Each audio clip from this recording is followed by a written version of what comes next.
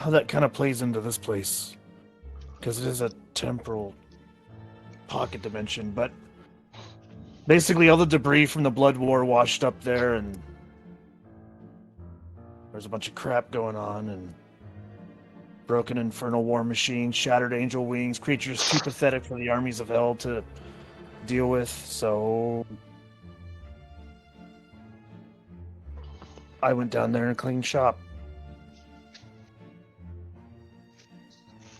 Sounds like a good story.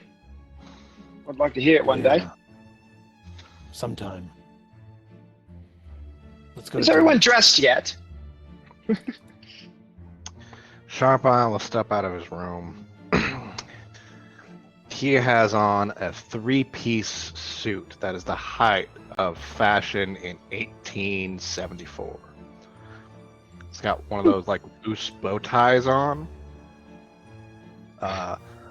A nice, it's got a nice like pinstripe to it. A contrasting yellow hat that he brushes off and puts on his head, and he has draped over his shoulders his now clean and laundered duster.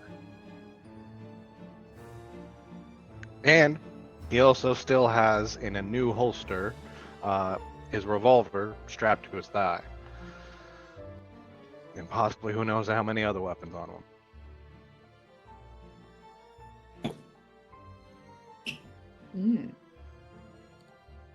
Right.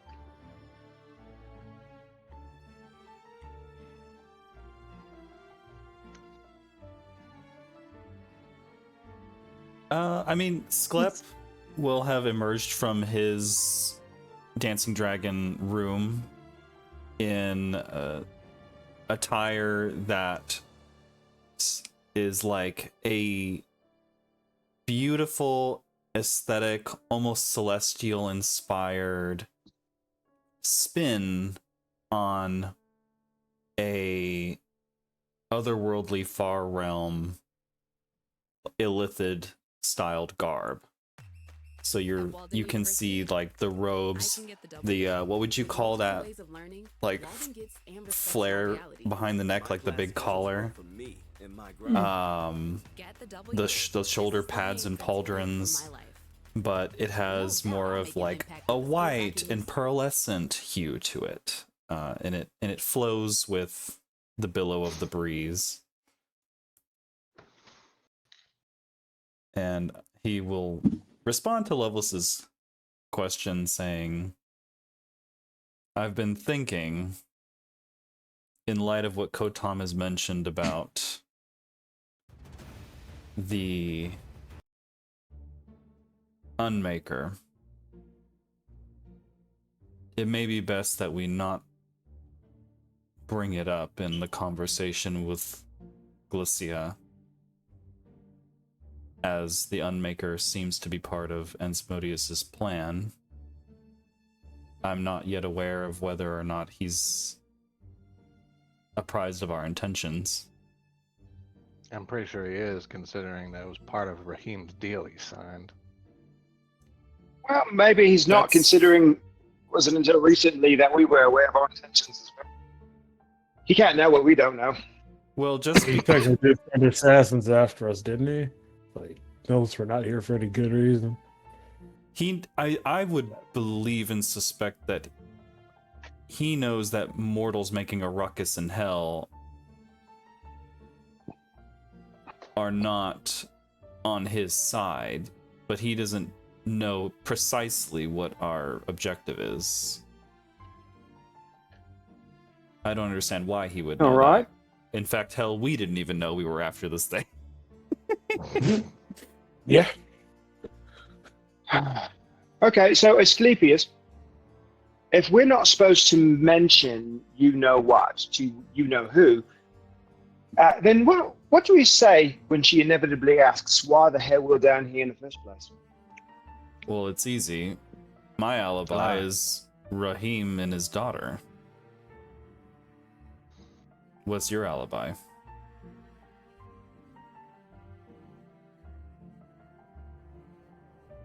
Are you asking me directly?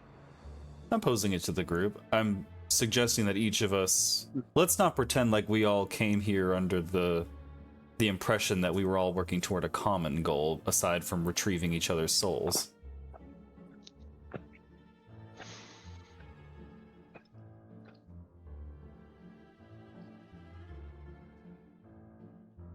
Sharp Eye joined the bandwagon to get his soul back. Clyde, you have your own tragic story. Equensu died. Someone else, Chester came looking for a package. We all have our alibis.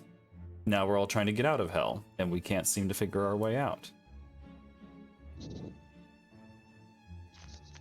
has a package. All right.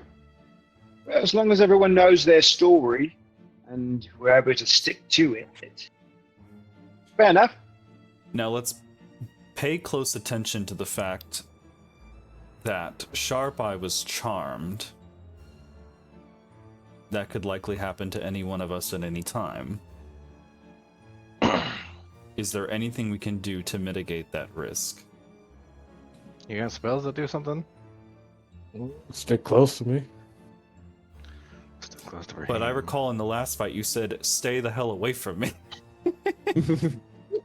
I'm confused. That was that fight.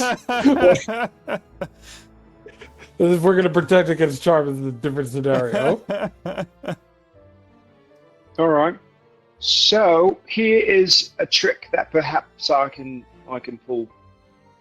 I can use counter charm to prevent, or to at least give us advantage on saving throws against being frightened or charmed. It's unclear if that will be a perfect solution.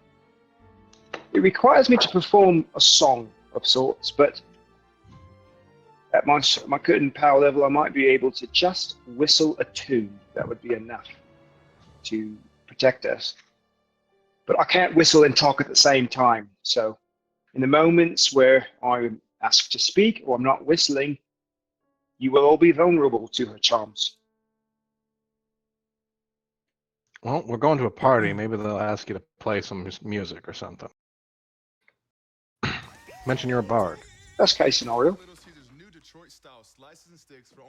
I'm capable of counterspelling, but I'm not sure if her charms are limited to spell casting.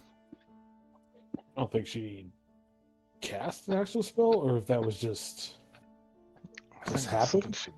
she did. You see, I also got counterspell, though the highest level I got is 4th. It's probably not a spell, though. It's probably just her innate demonic charm. Yeah. It's kind of like Trevor Noah, you know? He's just something about him. The famous bard. Look into his eyes. Trevor Noah. Everyone knows of him. Doesn't matter which plane you're from. As a contingency, Beautiful man.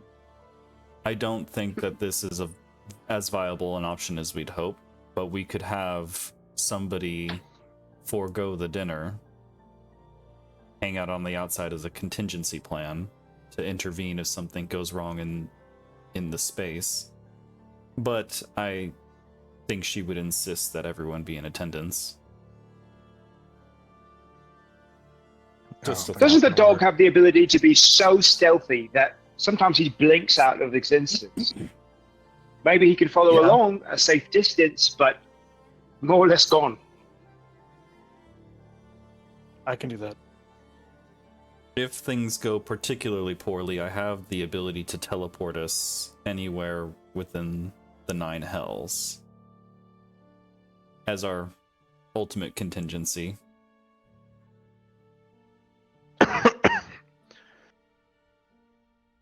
So we need to stay near Rahim. Try to keep your wits about you from being charmed. Don't mention the Unmaker. Stick to your alibis. Hopefully my maverick spirit will keep me out of that. Or maybe I'll get out of it by the skin of my teeth. Who knows? Now, let's talk through the conversation that's about to happen. Half of us weren't even in the room when the deal occurred. Raheem, Sharpeye, and Clyde. What are the follow-up items to be expected in this upcoming conversation? Where's the big one? Yeah. The Well, the meeting with Asmodeus. Is that this dinner or is that at a future time? That's at a future time, but it may be brought up.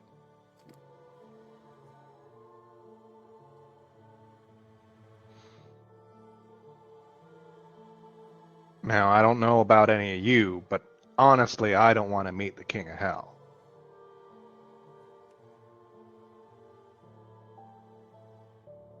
Even if he can get me out of the deal I have with Levistus.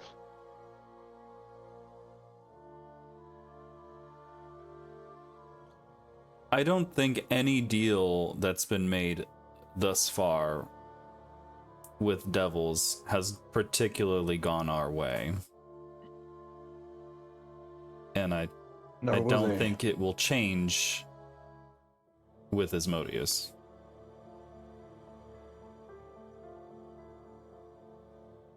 I mean, it is true you get what you ask for, but the price is chilling, to say the least, once you bear the full weight of it.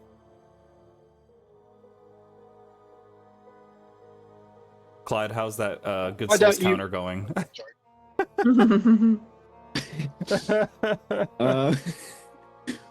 Well, not too well, to be honest. Well, regardless, my soul is now to her. My only assumption or question is that we've all technically grabbed what we came down here for, so she might ask if we would try to find a way home now, since our alibis have came to an end. But our main objective is still to try to deal with the Unmaker. Well, Yeah. the answer to what you're alluding to is simple. We are not interested in making a deal with the devil to get out of hell. And I want you all to believe this yourselves, we can get out on our own terms by our own means, and we don't need her.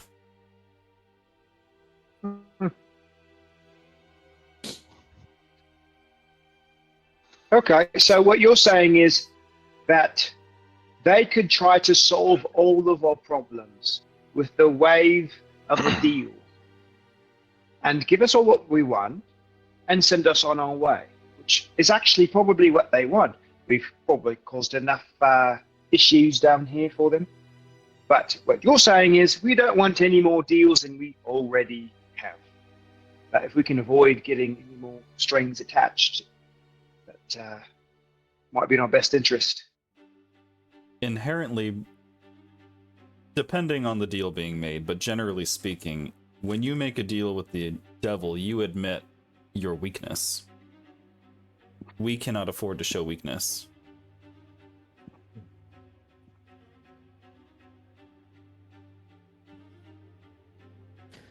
I'm on board. You got nothing left to lose at this point. Well, I certainly do, but... Speak for yourselves. Speak for yourself, Clyde. Okay, Loveless and I have a date in the Feywild, I'll have you know. I want to get back to Baldur's Gate. In there, did you two? Are you two together now? Define That's together. a yes. It's just like a blank stare with Asclepius's mask, no emotion. That's a yes.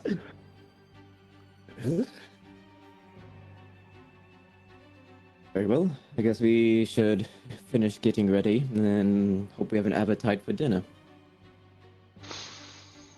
At least I trust I mean, what she I'm serves ready, will be I don't know. delicious. I'm always hungry. Are you seriously gonna go looking like that? Who are you talking to? You, Mr. I mean, it's Dogman, who frankly needs a haircut, maybe a little grooming, and you got like a fancier cloak or something like that, something with trim. it's a cloak of elven kind. It's the fanciest you're gonna get. And it looks like it's been through demon blood. Probably has been through a lot of more than that, but all right, fine. And he uses prestidigitation, which is the only spell he knows to clean himself. Is that better? He'll have to do. Fine. Why? Fine, There's I'll actually put on- showers in all the rooms if you want them. I'll put on the coat that was given to me, but it looks worse than this. And he goes in his bag of holding and pulls out this like general's coat, but it's been, you can tell it's been dyed in demon blood, and all of the metals on it look like just trash put together to look like metals.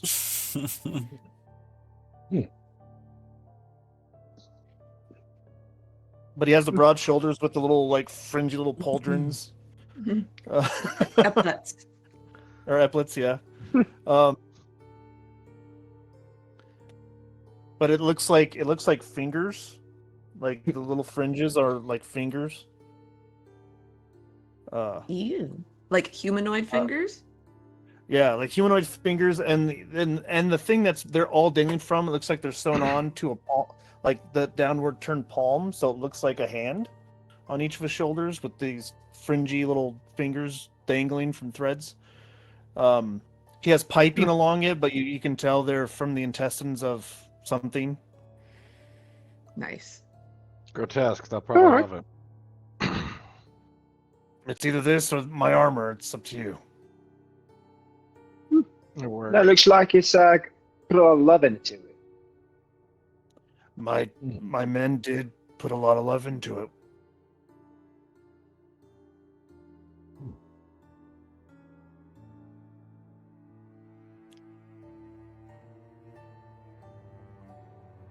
Well, if there's no further fashion police alarms blaring.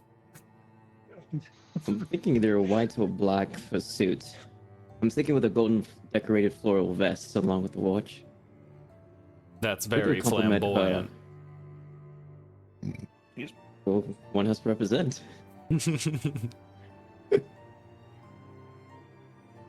Hmm. What does Raheem look like? Does he look like he dressed himself in the dark? Man, it was nice seeing for a while. He is gonna come out with a more of a traditional, like, kind of like fancy, like samurai attire. I believe it's like a kamishimo, I believe, sort of like kind of combination as they go out, like a red and black. Yeah, got like kind of a gold-esque lining to some of the edges to it. It's a little disheveled because yeah, he did put it on as if he was dressing in the dark, but he's trying to fix it up a little bit. Yeah.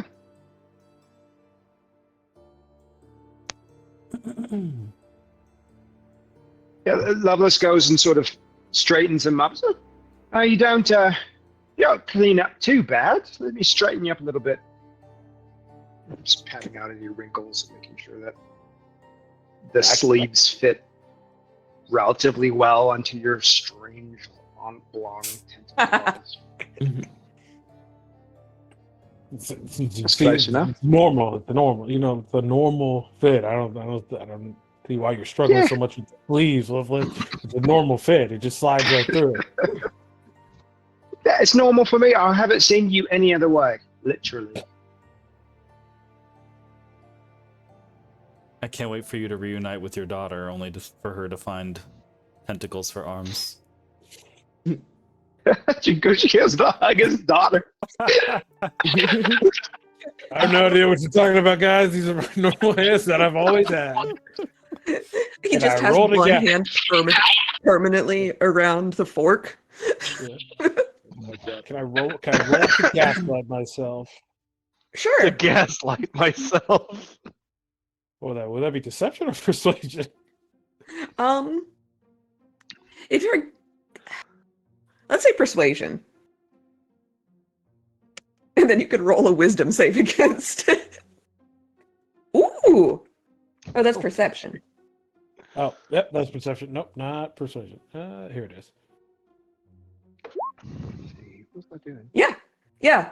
We're gonna use that perception roll as if it were an insight roll. Yep. And yes, you gaslight yourself into thinking there is zero wrong with your arms. These have been the arms that I've been born with.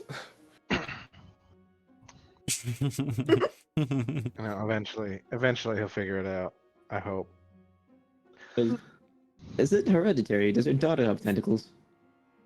I have no idea what you're talking about. I have normal hands, Clyde. These are normal hands. Oh, my apologies. Completely normal hands. I don't know why you guys are so mysterious about half-orc's hands, but these are normal hands.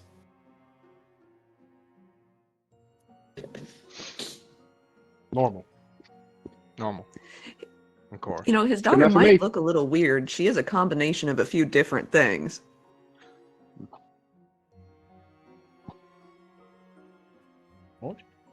But of what?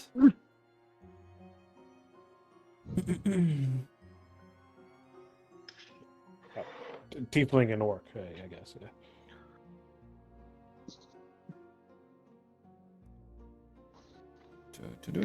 She just came out brown colored because it's green and red. So she's just a normal human shade of brown.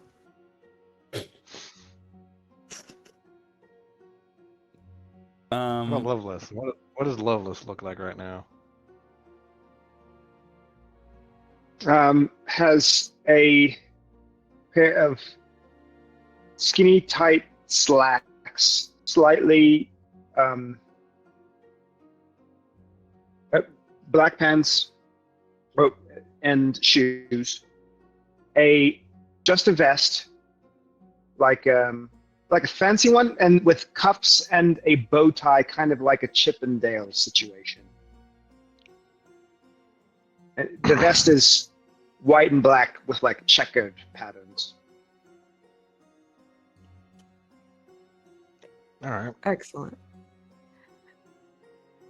You went with the who has to dress up when you've got guns like these?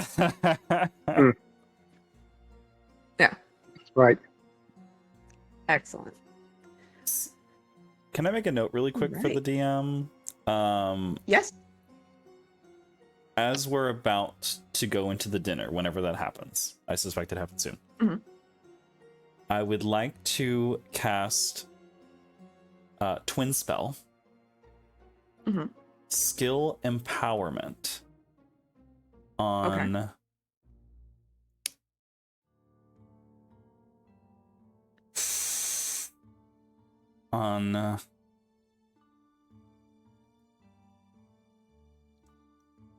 myself and also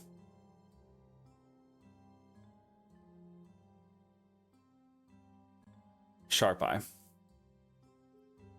Okay. And I would like to empower the skill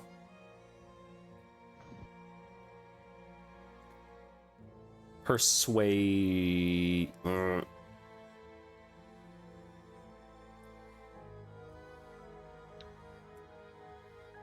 You know, I'm going to ask actually before I decide. Sharp Eye. Mm-hmm.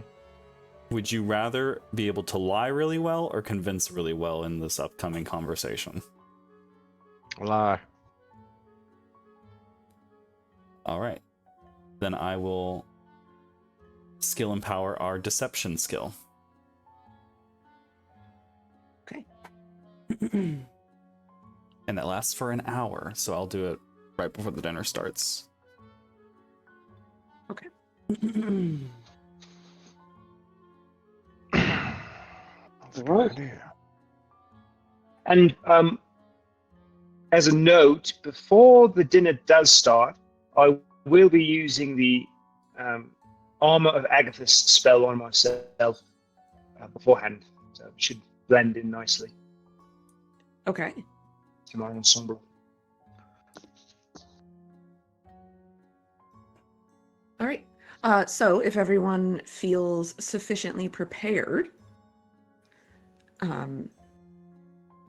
for this dinner, you can proceed across the fields of decay. Those of you who have not been here before are, as you approach Asya, you're struck by the smoothness of the top of this giant skull, and then how quickly it forms into pits and valleys with these horrific mutations.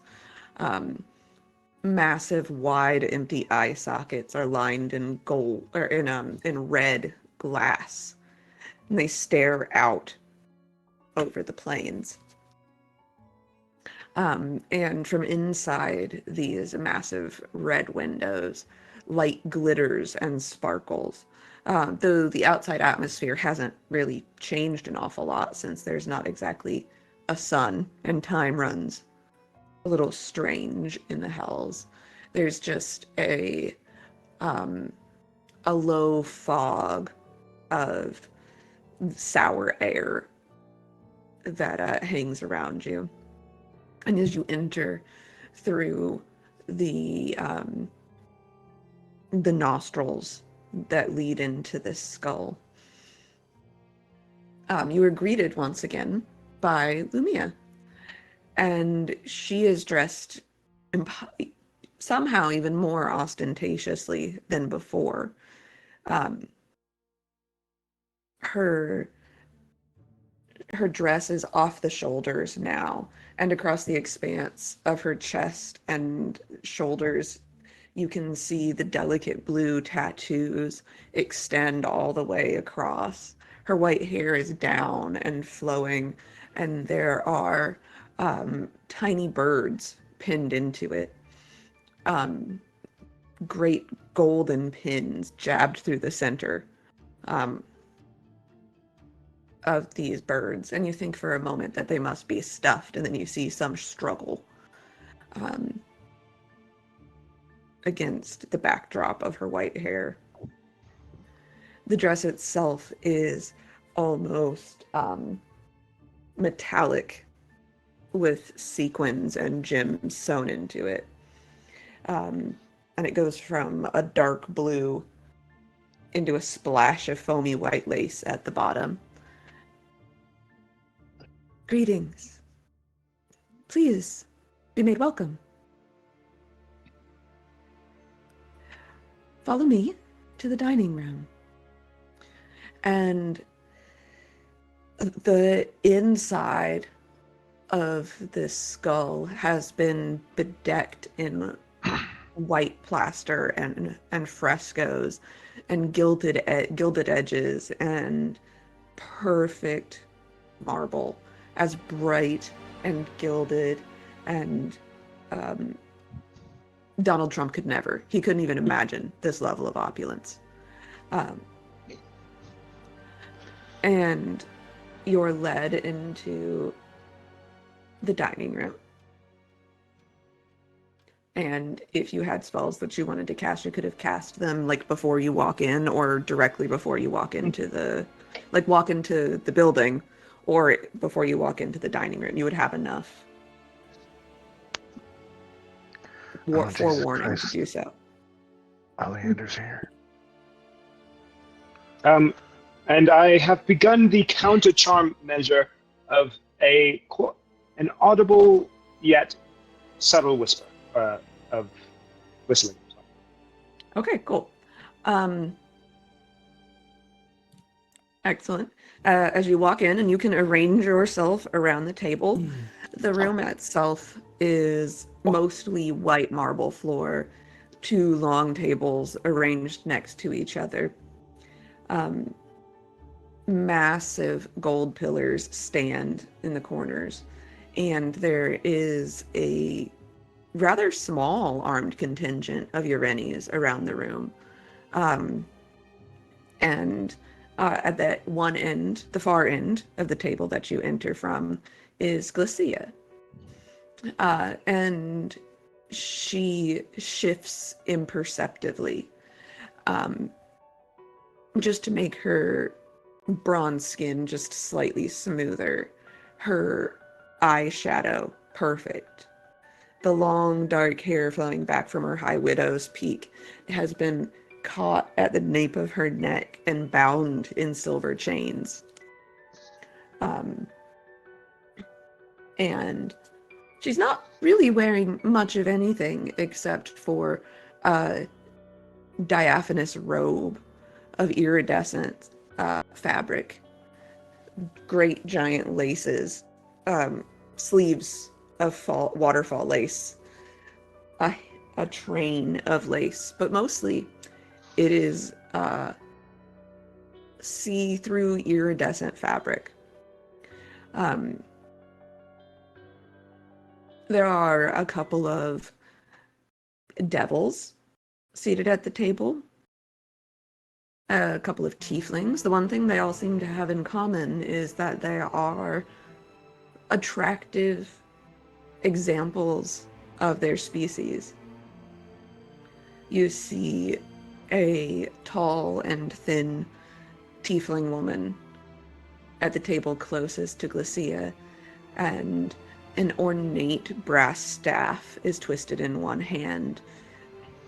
Brilliant red velvet robes trimmed in gold with eyes bejeweled into the red velvet, and you swear for a moment it seems that they're looking at you.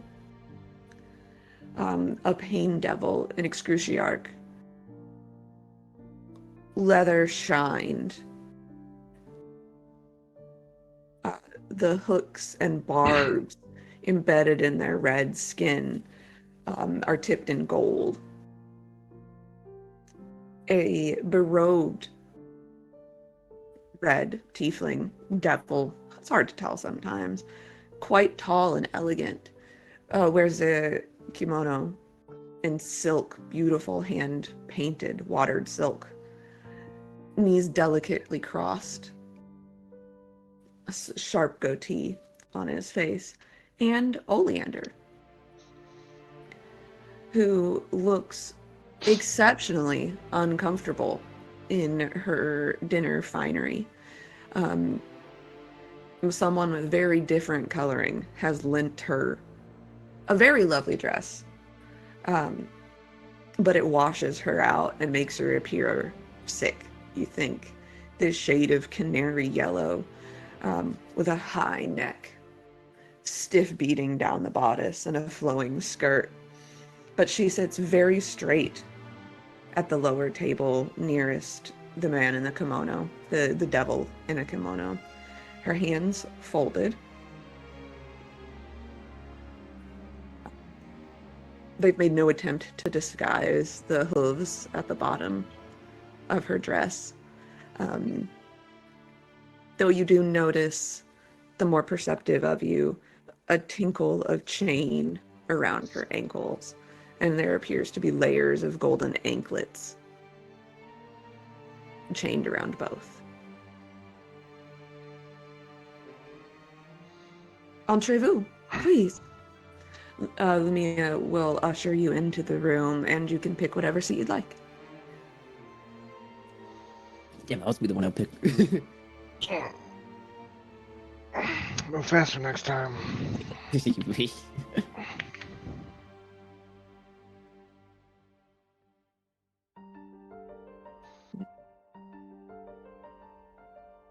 Mike.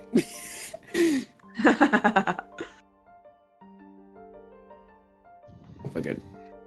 Oh, no, I'm scared. Oh no, Hoopa Class!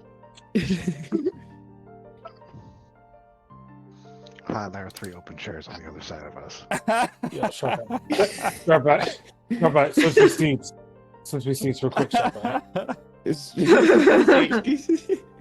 For strategical purposes. For what? Would you? What? For strategical purpose, like 10 feet, rule, Try to help out like you and Loveless, yeah. If something were to go, just real quick. Well, I need everybody to make me charisma saving throws, please. This is why. Okay. Everyone within 30 feet of me is at advantage. And you can add a plus. Well, Loveless and Sharpeye can add a +4. Okay. Oh no. Oh shit. 4 is 17. I'm going to use my Maverick Spirit ability to add a D12 to that. Not that matter for roll against. This is that advantage. Yeah, 27 is my highest. Here, back. I just need a D12. Got me in that 20, baby. Fortunately, the table was too big for us to get a bonus from Raheem on the other side. Yeah. No. So Wait. anyone who rolled below a 23 is charmed 23 by exactly. Glistia. Oh, God.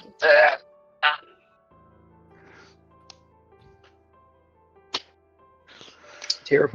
Beats it. Yep. Yep. Okay. And then I also need everyone to make a wisdom saving throw. Ah, shit. Oh, wait. Is this about being charmed or frightened? It is. Oh. Glad I'm not as good at those, so I can send it. I can roll at advantage. Can't have greatness without a fall. I rolled a 20. I also rolled a 20. Oh. What was the Christmas saving throw before that? Who knows? Who knows? For Jen known for us. I mean, to I find out know. later. Yeah. No. I was like, okay. Multi-layers of hotness.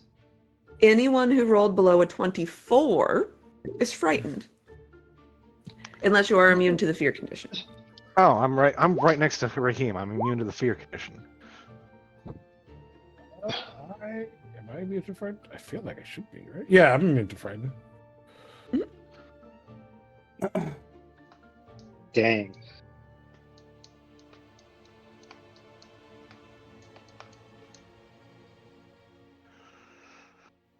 Okay.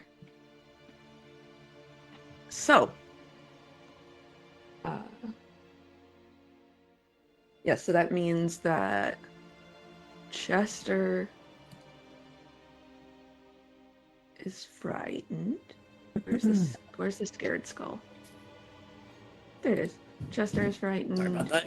And Sklep, you also rolled below a 24, correct? Yes.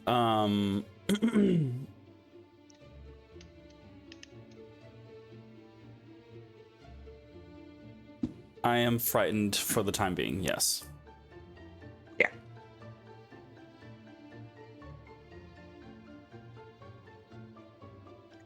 Anyone who is frightened of the fellow on this end of the table. Oh, Of this End guy? of the that's a little weird.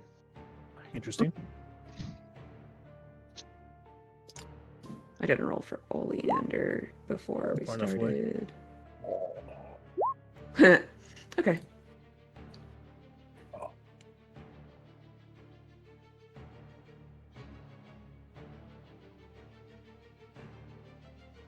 Sorry. Thought maybe you all didn't necessarily want to hear all my sneezes. Okay. So now that that's underway. Your sneeze came out across the oceans, came to me. It sneezed.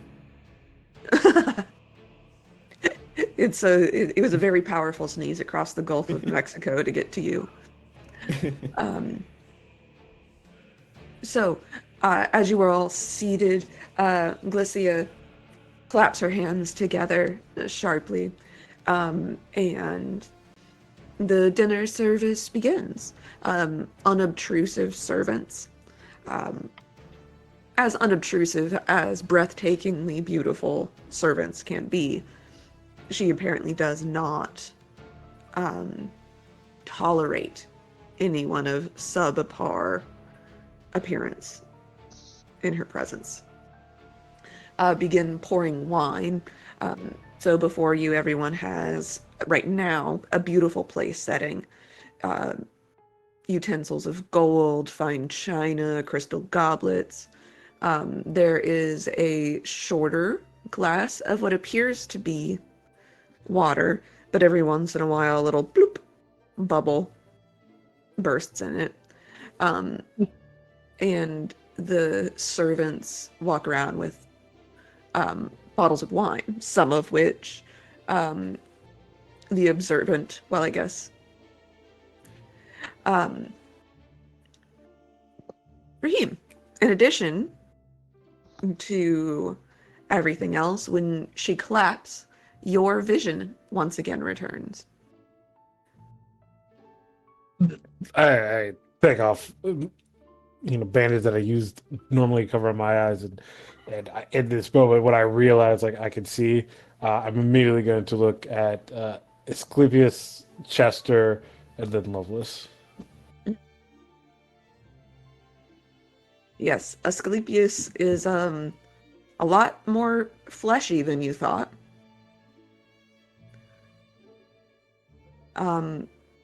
Chester is what is probably the scariest looking Shih Tzu you've ever seen. And a picture an old grizzled Shih Tzu man. And Loveless is a quite hunky purple tiefling. Yeah, I imagine that. Yeah.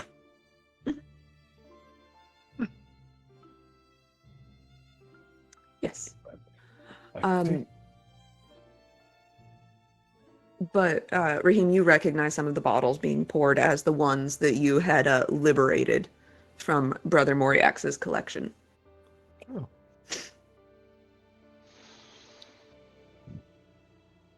I just nod to Lovelace. I figured too far away from Asclepius and Chester, but I nod and look directly into Lovelace's eyes, just to nods like I can badly see. He just sort of raises an eyebrow and sort of nods in understanding.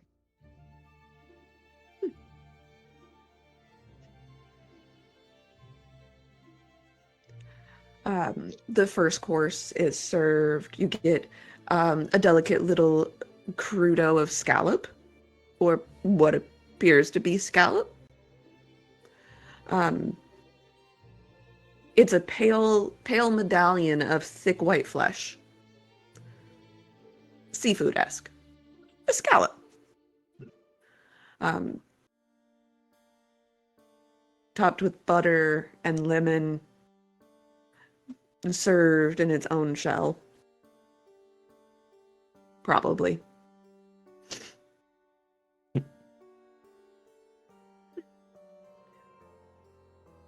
And after the crudité is served, Glacius, thank you all for coming. Please enjoy yourselves this evening.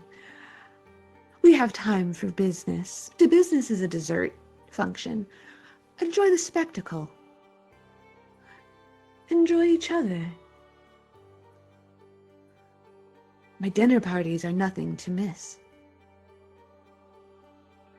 And as she ends her speech, the other people, not of your party at the tables, begin eating, drinking the tink of china and crystal.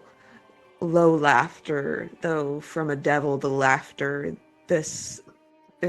this frequency kind of puts your hackles up a little bit.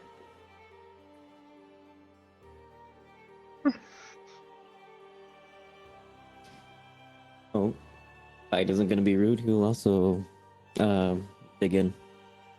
Mm. Yep.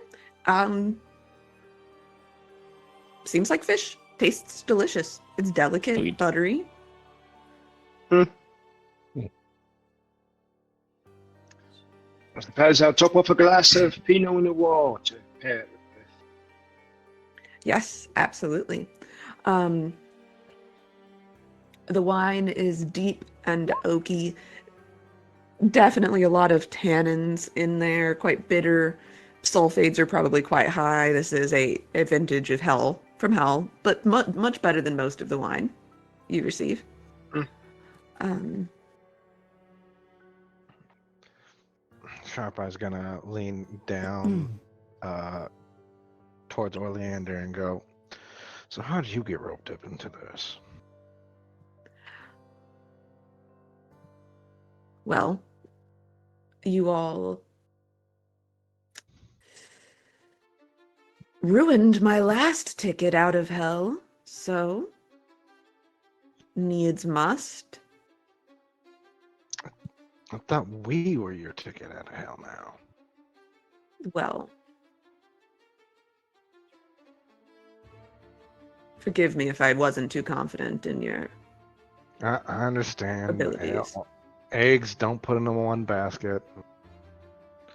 Correct. I mean, granted, we kind of got ourselves in this situation. Hmm. So you don't happen to have like a deal with Raheem, would you? A deal with Raheem. Yeah. Two, actually. Motherfucker, who does he not have a deal with? Well, you all apparently. Apparently. Maybe we should make a deal with him.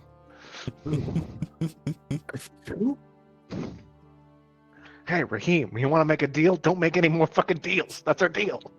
I have 2 deals with her? I thought I only had the one. I think you owe her 2 favors. It's one deal, but it's 2 favors. Ah. Mm. Okay. One deal, 2 favors. One deal. So, Glacia, forgive my curiosity.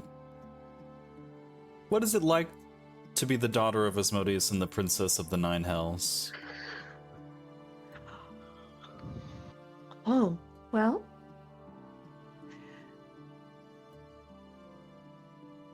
I had my place in hell.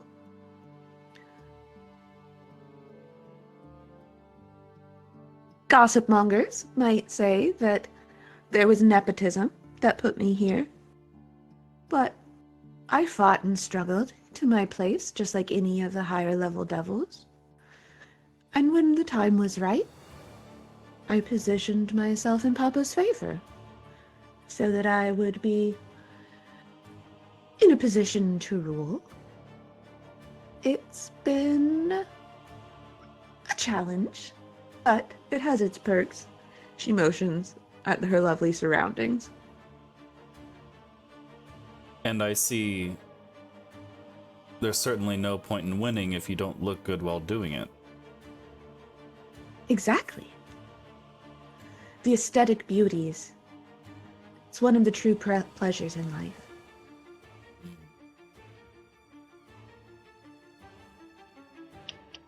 It is beautiful, the fact that you get to choose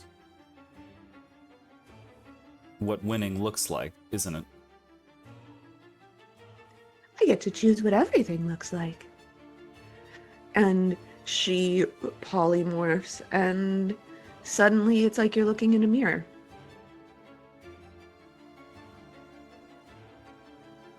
Tell me, if you were to change one thing of my appearance, what would it be?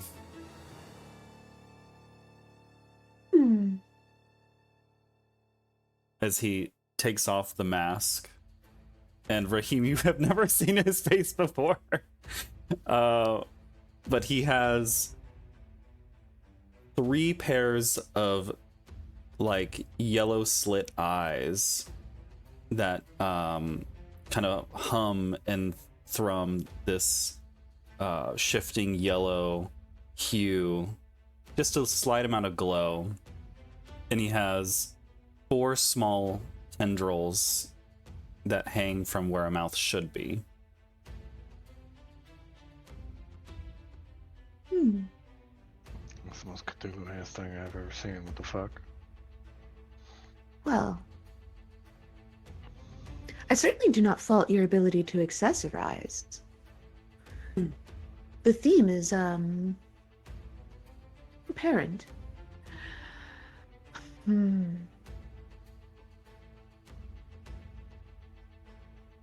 know, I think perhaps just enhancing your unique features.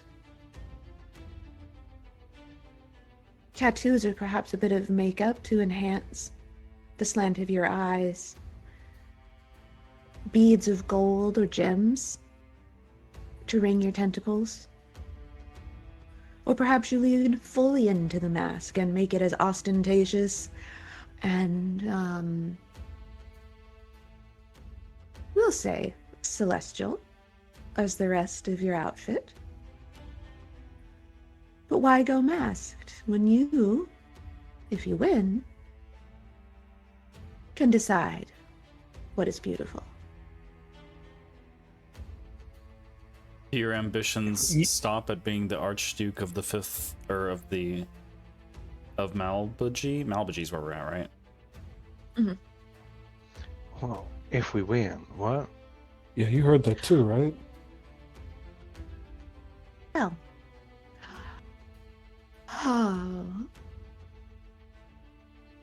ambitions are flexible. I'm a collector of fine things, and one cannot have fine things if you bet on the wrong horse.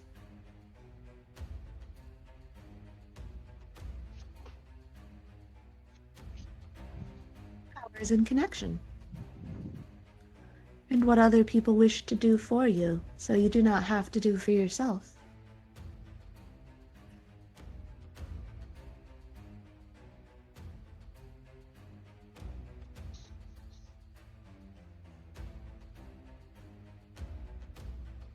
If it were up to you, I imagine the Nine Hells would look much different. This dining hall is a far cry from even a step outside of these halls. Oh, yes. It makes me think of the third layer. Tell me, what are your opinions of Mammon?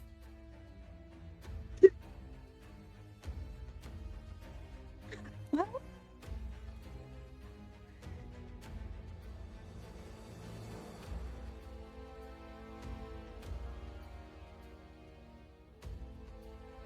he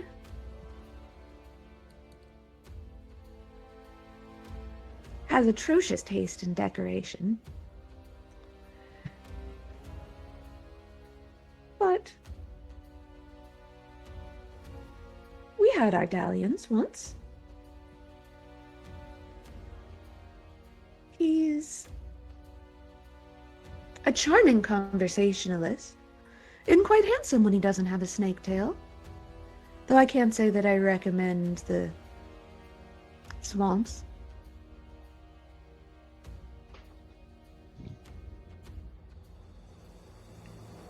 The food's delicious, by the way. Thank you. I think that, well, before you paid a visit, he gave up too much of his power to the piddling little factions of the swamp.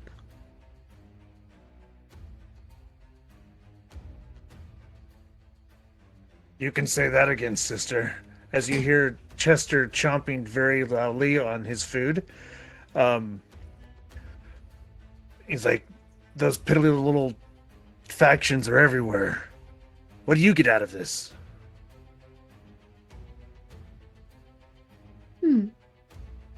Out of this dinner, or of piddling little factions? Well, all of it. You said you wanted to change, so what are you going to get out of it? Oh, well, I suppose the same thing most devils seek. Favors. Leverage. The favor of Lord Asmodeus, for one does not stay in power long in the Hells without his favor. And entertainment. Eternity gets very boring.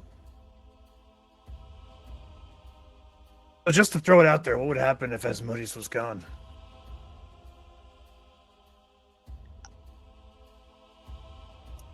Well, let's say he was gone, and permanently, hypothetically, there would be a power vacuum, a destructive rush for power to fill that vacuum. There would likely be civil war again, not so civil war, but war between the planes to claim his throne. And perhaps Lord Levistus might find a way to leave his icy prison and return to power. Or perhaps someone else might. But this is hypothetically speaking. Hypothetically. Yes. If Then what's- one could find a way to kill Asmodeus, Papa, permanently, and that is a very large if.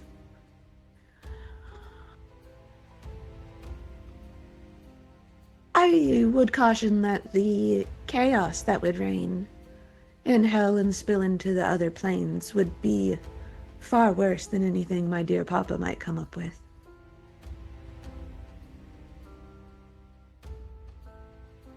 I don't know that he can be killed, though. Yeah, wouldn't he just come back here? Generally speaking.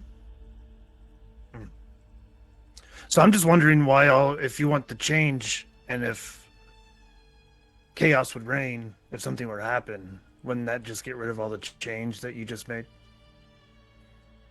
Correct. I don't want Papa to be murdered. Okay. Hypothetically, of course. Hypothetically, yes. Hypothetically, I would prefer that my father remain in power, though we have had our differences in the past. A pragmatic woman.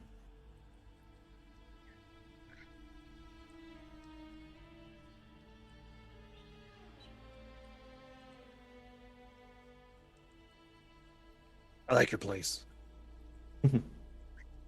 Yeah. I like your jacket. Thank you. And as she says that, the servants come and clear away the first course's plates. And anyone whose passive perception is above like a 12 notices that what you took for shells, scallop shells, are actually the top of skulls. Yum. Yeah, I clocked that when they first got delivered to us. Yeah.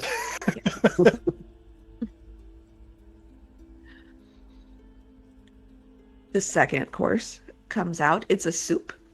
Anyone who has been drinking the wine, I need to roll me a D100, please. That would be one of me. Well, fuck. Oh, here we go. Oh, What, was the wine made by Ninky? 67. So, like, this level's Minky. 95. Ooh, okay. So, we'll go in order. Loveless. All right. For the next minute, you are moved 5 feet in a random direction every 6 seconds. Ah.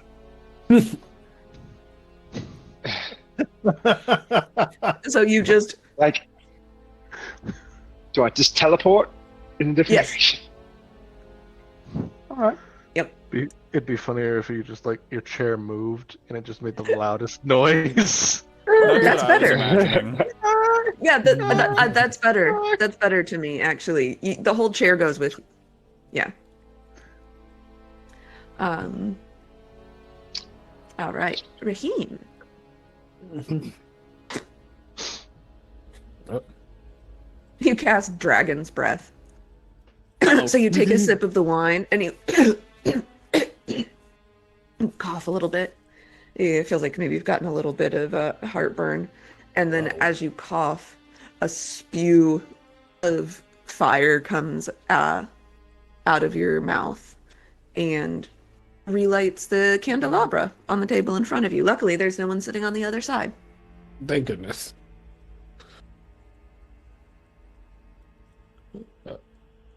Okay. Sharp.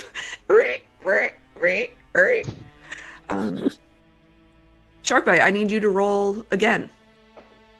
Another D100? Mhm.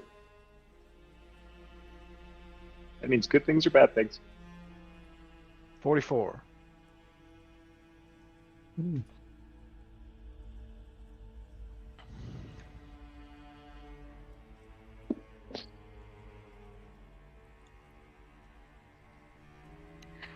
You can't speak for the next minute. Whenever you try, pink bubbles float out of your mouth.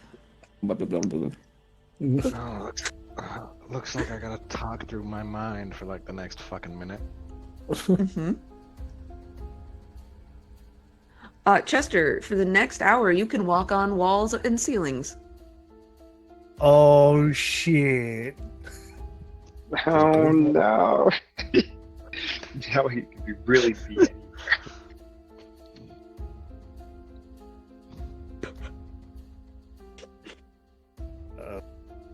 Should I be scared?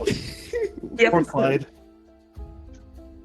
What was that Clyde, an reaction? illusory copy of you appears in the room, looks Oh. around, finds you, clocks you, runs directly towards you, and then explodes. What?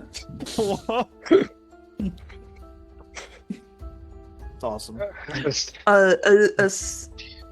A shower of glitter coats you and the person directly and poor Jasilisk next to you, and both of you would have disadvantage on stealth checks for the next hour.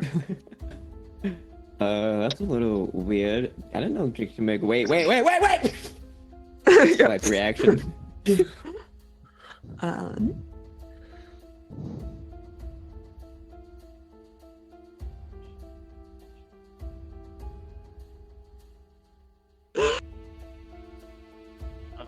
Asclepius, you feel empowered and emboldened. Charisma just leaks from you. A creature of your choice that you can see gets a D8 as if from a bardic inspiration.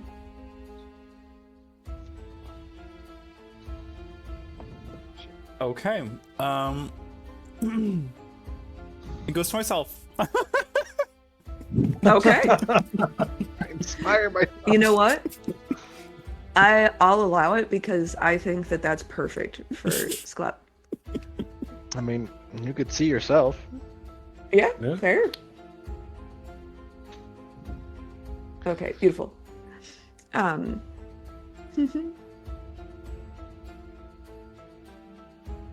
Excellent. Oh, I guess I should have Oleander roll. She's definitely drinking.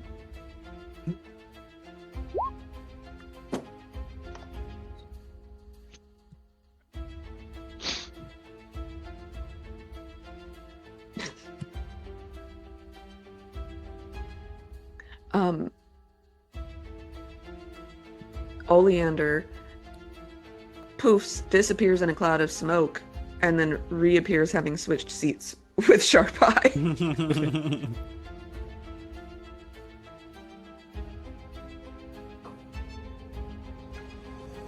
Who had more food on their plate?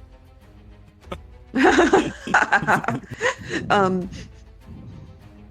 don't know how much Sharp Eye has eaten, but Oleander's plate is untouched. Mm. Sharp Eye's plate is empty, so he just immediately starts eating Oleander. Perfect. Oh, nice seconds. Oh, hey, seconds. Yes, the soup course is served along with a fresh round of drinks. And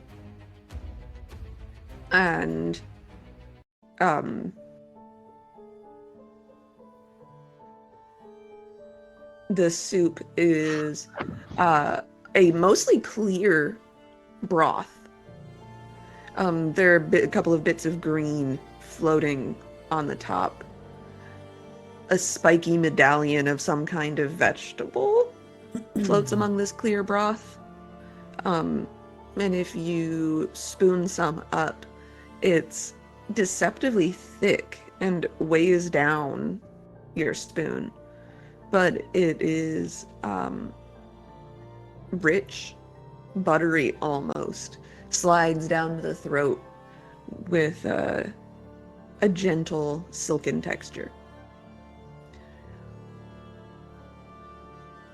Oleander. I'm going to go excuse myself to the bathroom. I seem to accidentally run the risk of jumping into the soup.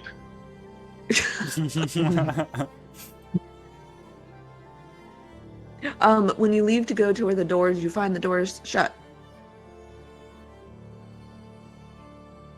All right, well, there's a 1 in 8 chance that I accidentally shunt through them.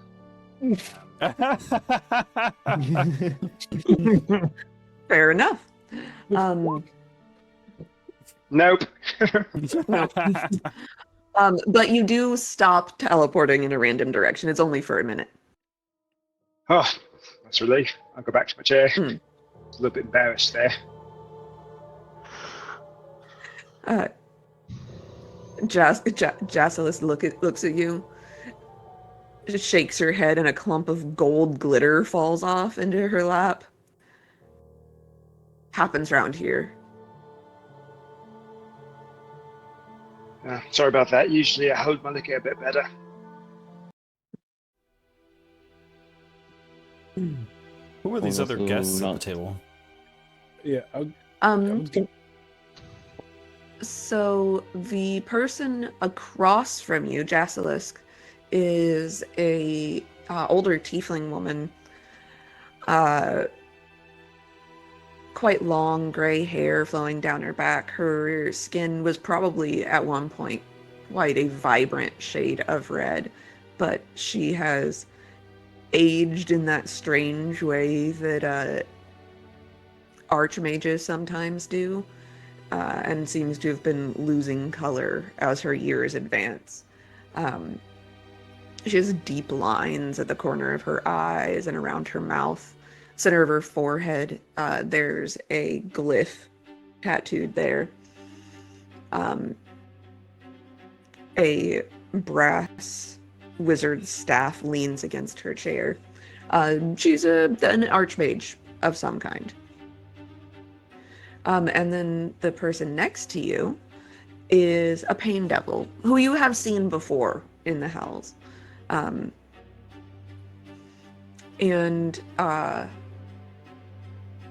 This one is dressed sort of like a Cenobite from, Nice. yeah. So, Hellraiser. yeah, from Hellraiser, yeah. Leather, zippers, piercings, indeterminate gender in like the scary androgynous way. Like,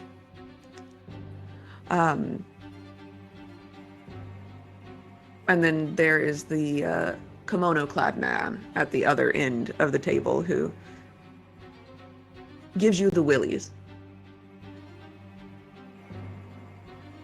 The willies. It's funny because his picture is so small. It looks like he has pigtails. Adorable. You know what? I love it.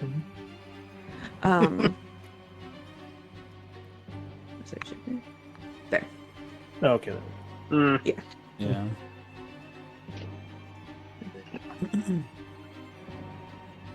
Can I Here's ask the- Oleander if she Being knows. devil. Jasilisk.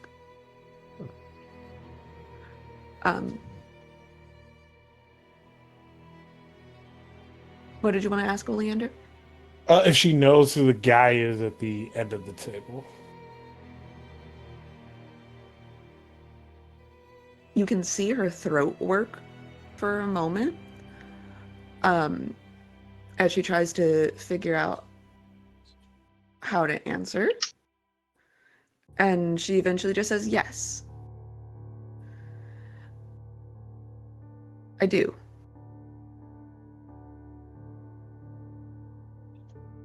No one you should get involved with. I'd like to subtle spell cast detect thoughts. Well, if it's not concentration, let me check if it's concentration. Is it concentration? It is. Never mind. That's where you are currently concentrating. I'm on the skill empowerment. Yes.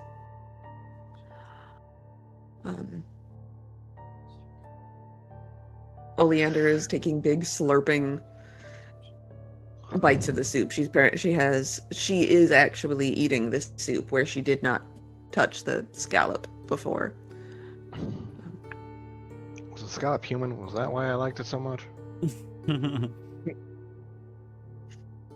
man at the end of the table chuckles, and it's a lovely laugh. It's deep and genuine. It's a connoisseur. I like a man who, a male, a bug. I like a fellow who recognizes there's something delicious to be had in the exotic.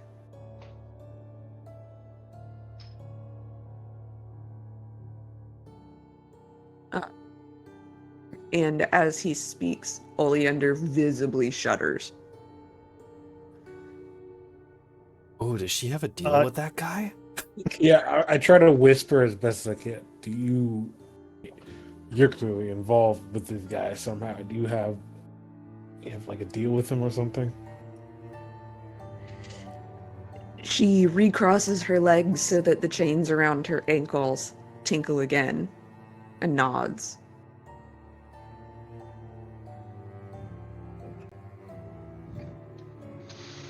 Just through passivity, because my passive insight is 26. Do you, like, even though he freaks me the freak out, is he being genuine in his words?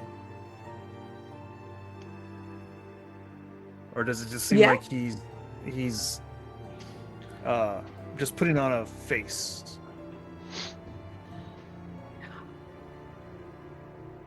There is an air of, like, he's being genuine, as in, like, he's making small talk. Yeah. And you don't get the impression that he's pretending to be someone he's not, but there is an air of showmanship. There's a performance happening in the way that you might, the kind of way a narcissist talks loudly in a party to get attention. That kind of a performance. He's like exaggerating what he would normally do just to be a little more over the top, kind of. Yes. Yeah, okay, gotcha. Now, I apologize. I'm motioning to this other tiefling. Your name is... My name?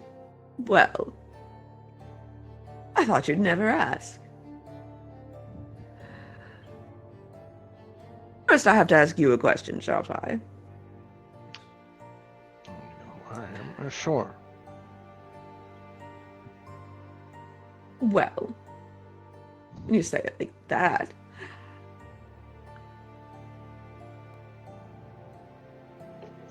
You can call me.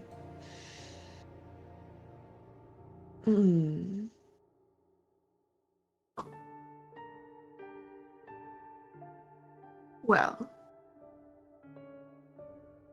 why don't you just call me Trouble for now? Capital T trouble. Got it.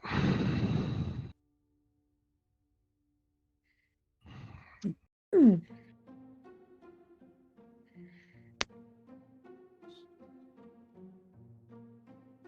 So, Glacia, Indeed. I've got a question. Yes. I assume you're aware we've made quick work of Asmodeus's 2 hounds, though I imagine he has plenty of other talented people under his employ who he could throw at his disposal after us. Should we expect to run into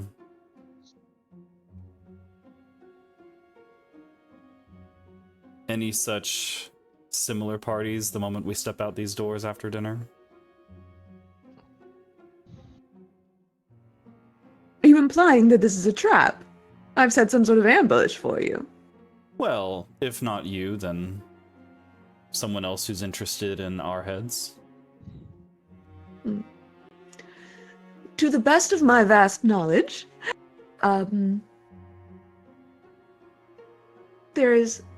had no hand in arranging an ambush for you outside these doors.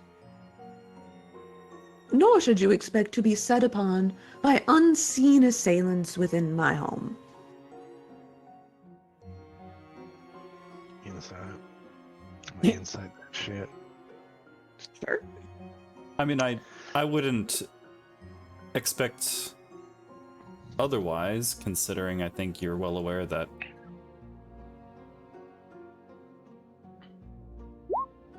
efforts of sending, what's the word?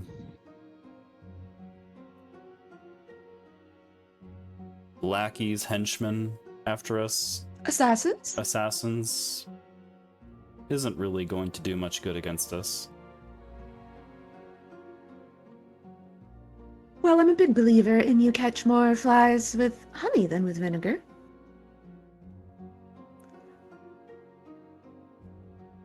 And we've got a deal, Sir Raheem and I. She waggles her fingers at you. Why is it you were so interested in Raheem? Well, he reached out to me. Yeah, but it doesn't mean you have to... If he's not worth your time, you wouldn't bother, would you? Well, certainly not. Well, Papa's had his eye on you for some time, and the occasion just fell into my lap that I could deliver you to him. So this is about Papa's favor. Oh, certainly. They kind of said that earlier. Yes, power. Leverage. If one knows what people want, you can deliver it to them and ingratiate yourself.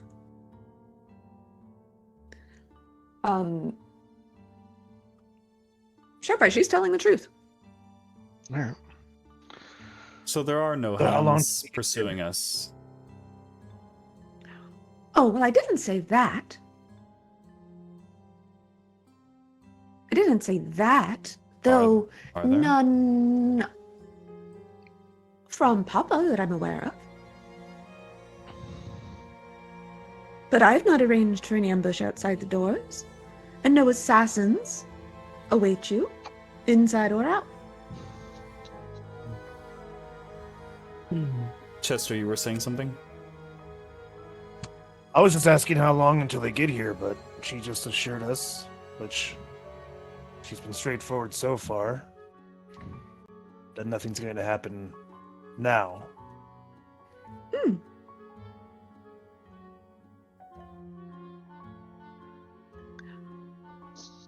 Well, yes. Why would I feed you and welcome you into my palace after I went to such trouble to sign a lawfully binding deal with Raheem? Because with Raheem, you know he would come. And always is a matter of time.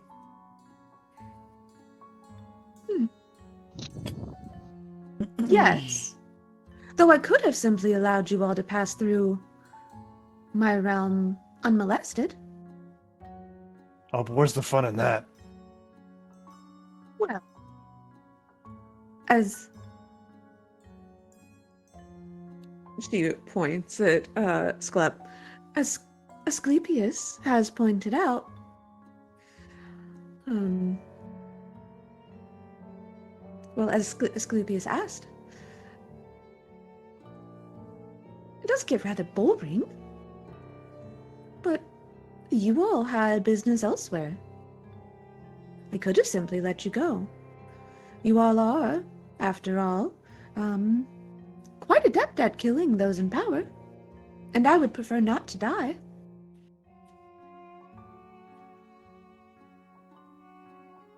Well, I'm not going to speak for the rest of them, but I'd prefer not to kill you. But, hypothetically speaking.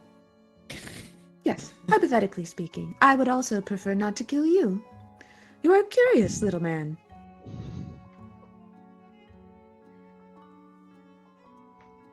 Depths, layers in there. Like an artichoke. I was gonna say like an onion, but sure.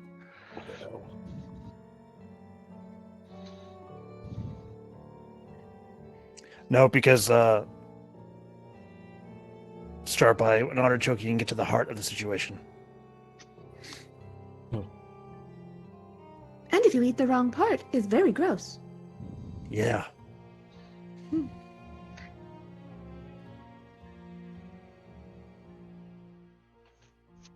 Up has finished his soup. Excellent. It's delicious.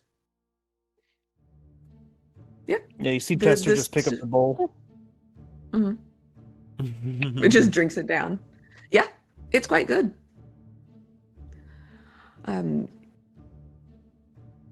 The main course is about to be served, and everyone gets a refill on their wine. Another round of D100s. Yes, another round of D100s if you've drank another glass of wine.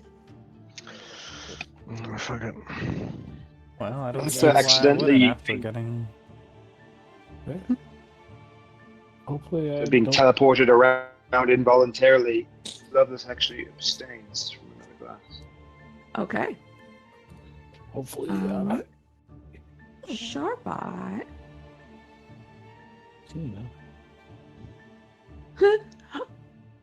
Okay. Everyone within 30 feet of Asclepius gets 5 temporary HP. Oh, sweet. Nice. Thank you, Sleepus. I paid it.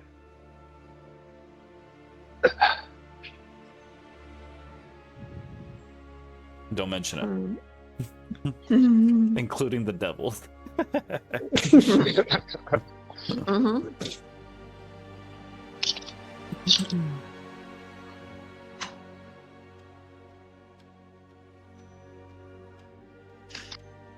Chester, you grow a long beard made of feathers.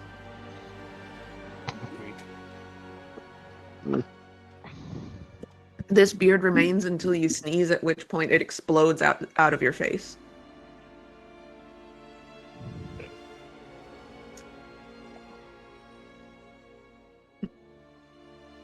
Okay, all right. Sharp Eye, you cast confusion centered on yourself. Who's in that range? Oh, what does confusion do? Boy.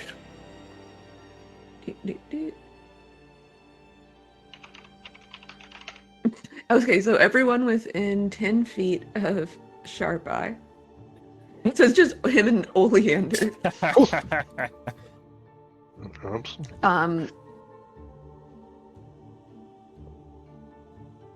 So you can't take reactions, and you have to roll a d10. So roll a d10, and I'll have Oleander roll a d10 also. Hold on. Don't we need to save against my spell save DC? Yeah. It's a wisdom. Wisdom. Yeah, wisdom. 18.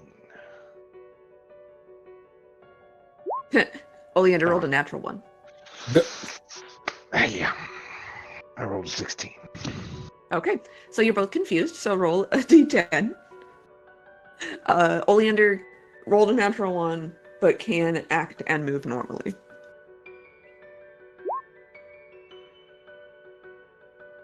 You can't move or take actions for 6 seconds.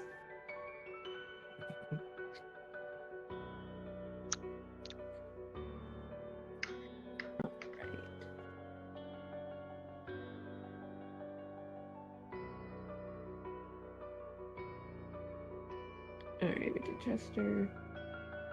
Did Asclepius. Clyde.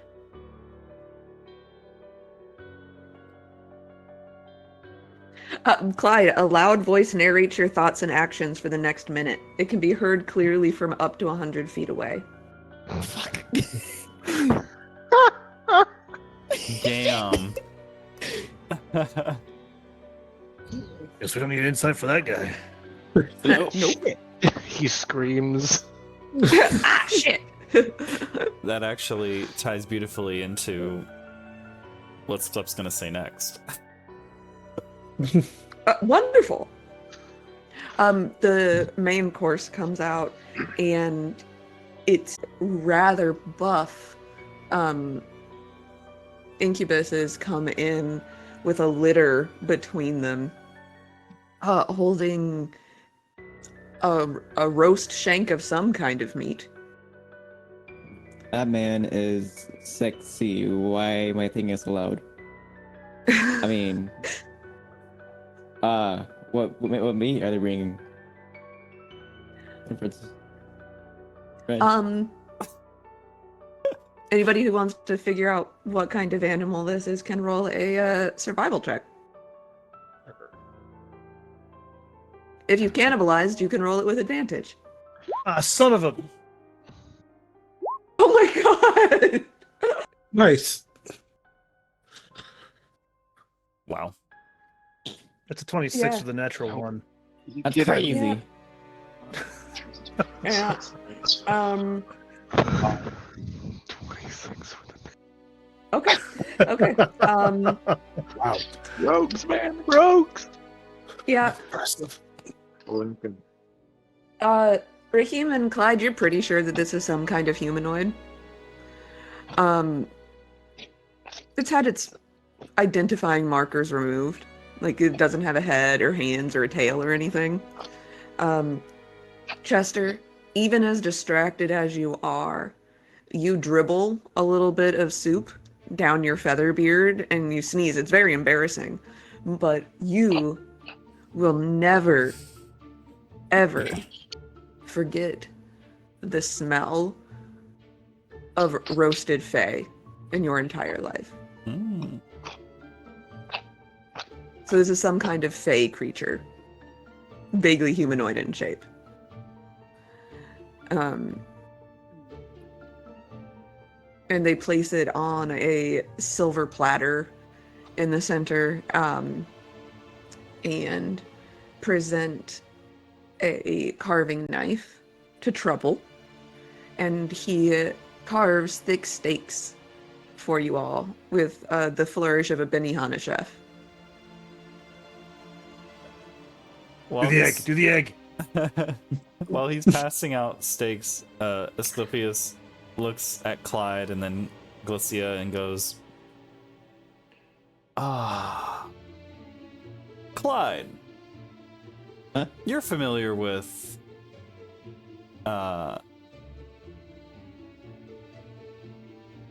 Fierna and now Glacia.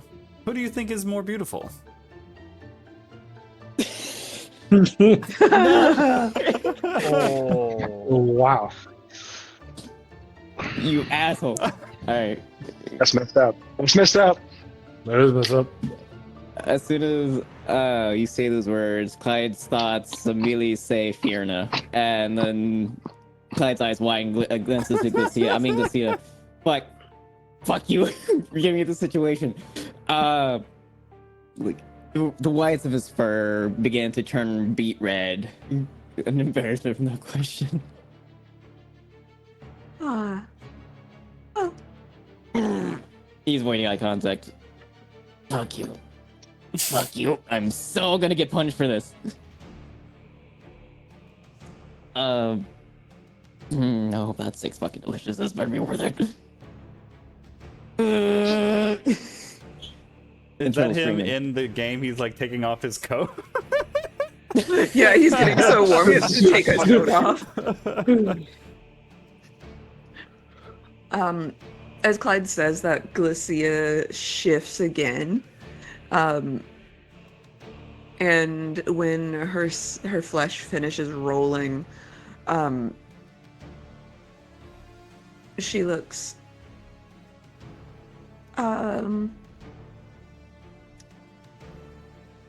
like a beautiful orange tabby tabaxi.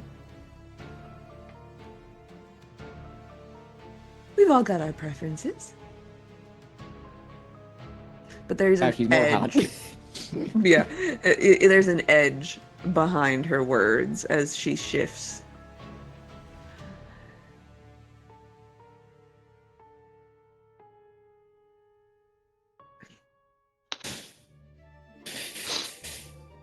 Fuck, I can't stop looking. When does the spell end?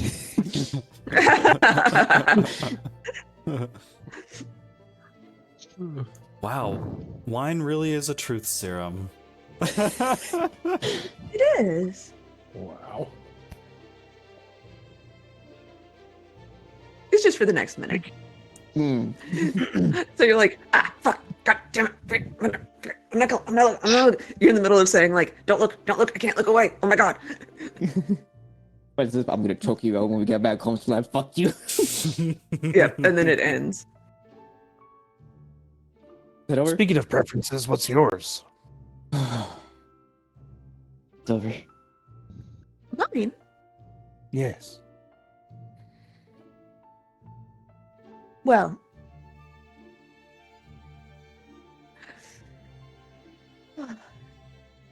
She shifts again and looks like an idealized version of herself. Beautiful bronze skin, small horns, high widow's peak, long dark hair. Just the edges smoothed out a little bit. Cheekbones slightly higher, waist slightly slimmer. I don't know. You know what? She gives herself a BBL. You know, just a little bit more booty. Mm-hmm. My preference is for myself. Never met anybody I love as much as me. She pulled a harlip. All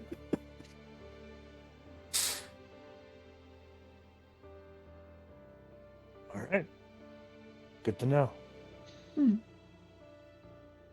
Oleander takes this opportunity under the cover of Clyde loudly narrating his thoughts out loud. Raheem, you need to be careful.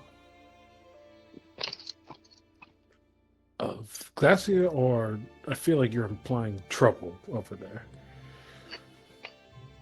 Yes.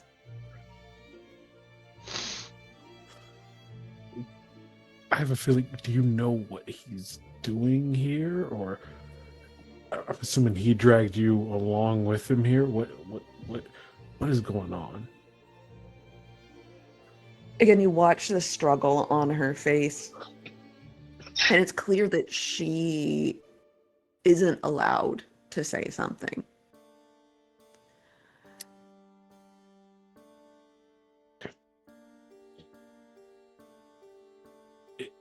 Is trouble more dangerous than Glacia right now? Always.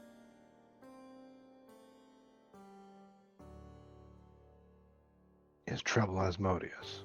Yeah. She blinks rapidly and spears a few bites onto the fork, but doesn't put it in her mouth.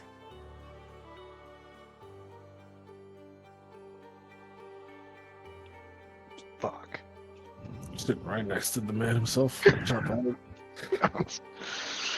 Oh, I'm sitting next to Satan. Wait. That's Asmodeus. Well, My character your doesn't end of know the that, but, table like, doesn't know We're that. like all the way around the table. You're No. The guy doesn't know that, but me as the player of the shit I just said. How did you get? You probably can't say, but how did you get involved with Asmodeus? I mean, she said she's not gonna put all her eggs in one basket, but I was kind of hoping she wouldn't put it in like the fucking Satan basket. It's kind of awkward because there was dinner table conversation, I'm pretty sure, about, you know, what if we took out Asmodeus? It was all hypothetical. So. It's hypothetical. It was no one said anything official. It was hypothetical. That's real awkward. I did use air quotes. Well, and his own daughter entertained it. Yeah. He's like, atta girl. Oleander tugs at one of the uneven ends of her braids, and she just looks uncomfortable in a way you've never seen before. She always had this very quiet air of confidence. I made a bad deal.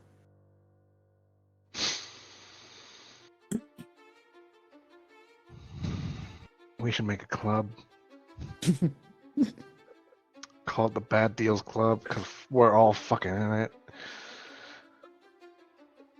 How bad stuff this is gonna go for us.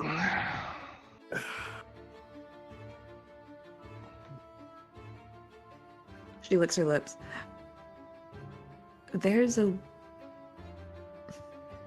way to win this, but you need to be careful.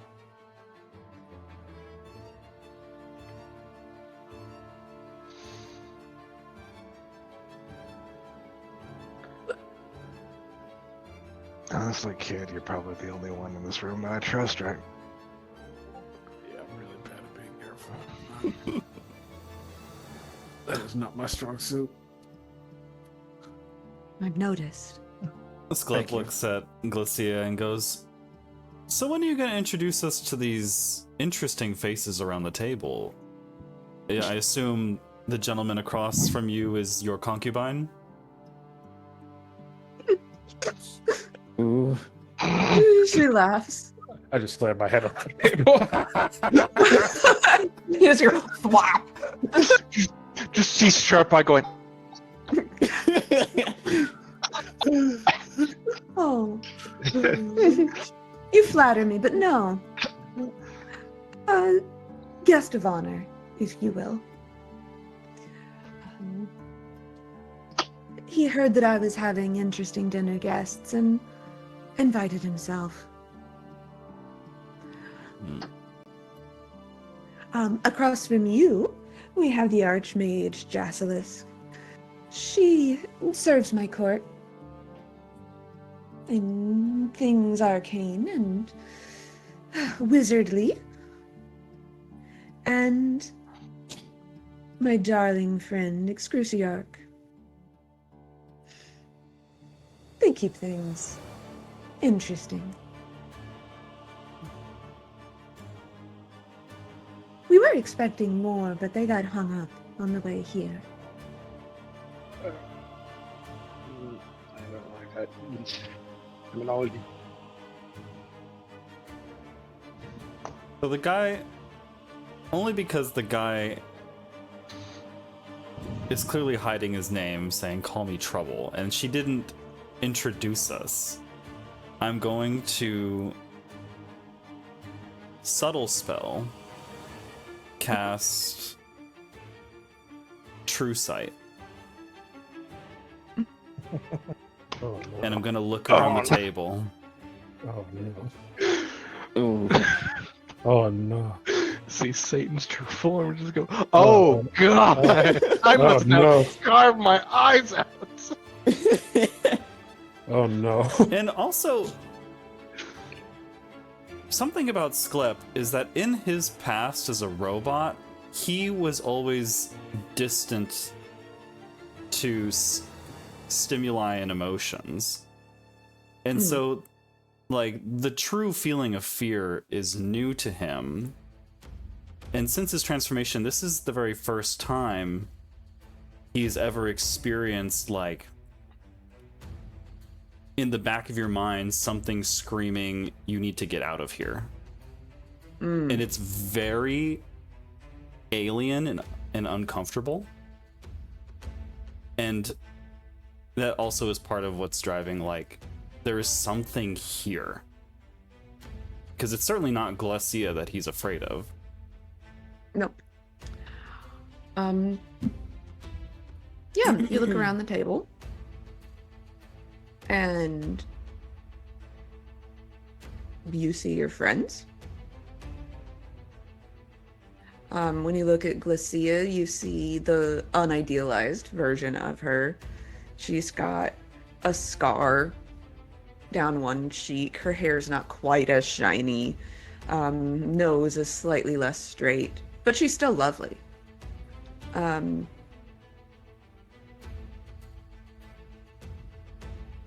The two people you don't know seated at the table with you, Jasilisk and Excruciarch, they are as they appear.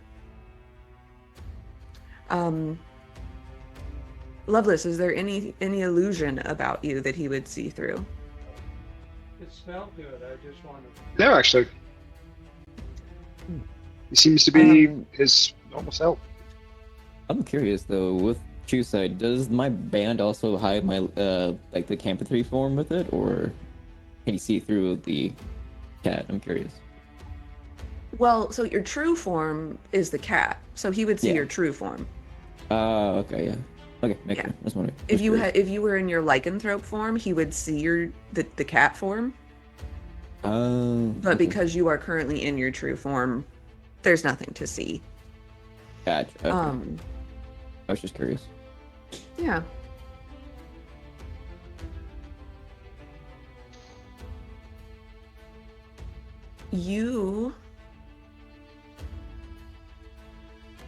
True Sight allows you to see into the ethereal plane, correct?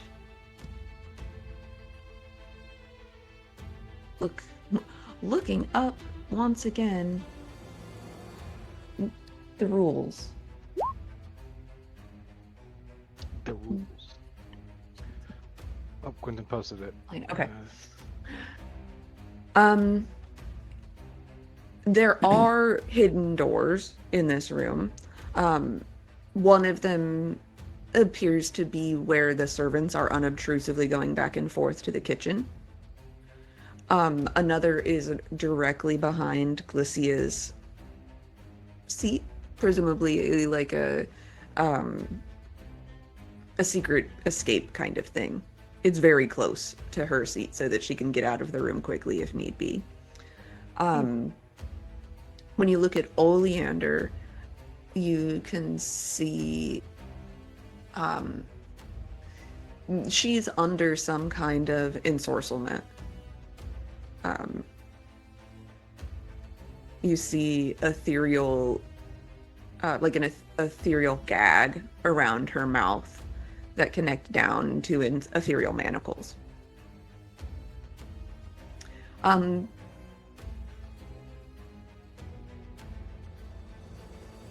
Sharp Eye doesn't have any illusions on him, does he? No. Okay. And then you look at Trouble, and you feel that uncomfortable, creeping fear in the organic parts of your new body. And as you look at him, you are braced for the worst. And when you look at him, you see what you see. There's no illusion.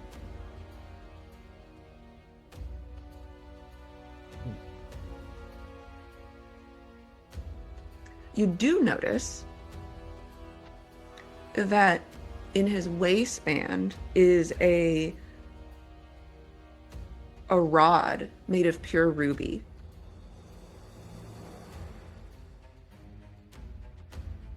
But he's not under any kind of illusion. This is his true form.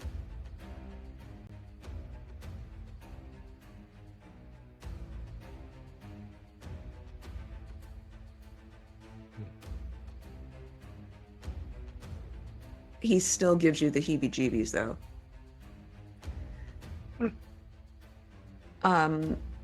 You can roll me a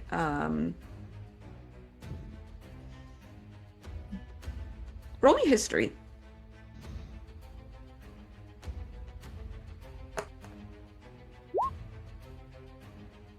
Okay. Okay.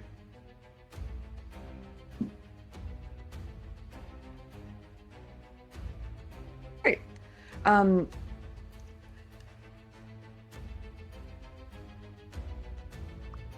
You know that the ruby rod is an icon that is representative of the Dark Lord himself. So you recognize the rod as being the icon of Asmodeus.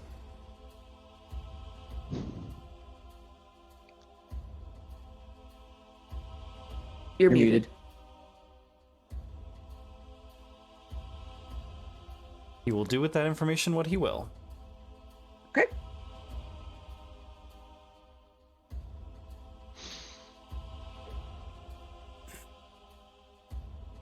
And I would say with a 27, you're making the connection, you recognize the ruby rod, you think about Asmodeus, and you realize that you had heard that no one has ever seen Asmodeus's true form. And that he prefers to use an avatar to conduct his business.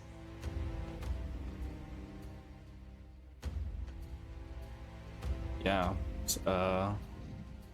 Quickly scrolling through his encyclopedia hard drive. I need more intense music. Perhaps puts 2 and 2 together. Mm-hmm. And with that, it is the dessert course. And your plates are cleared away. Perhaps before you're finished, you notice that they don't leave any plates from the previous course behind. When it is time to change course, they clear the table and put the new plate out.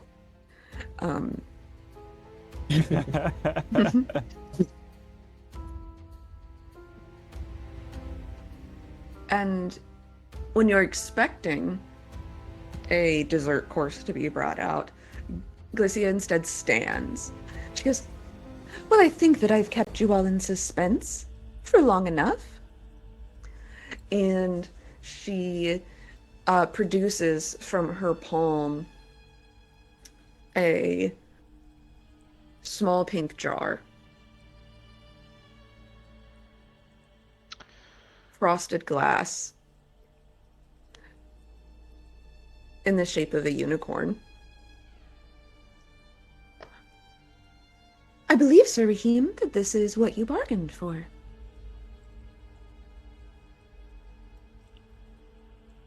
Yeah, Raheem stands up. I believe it has.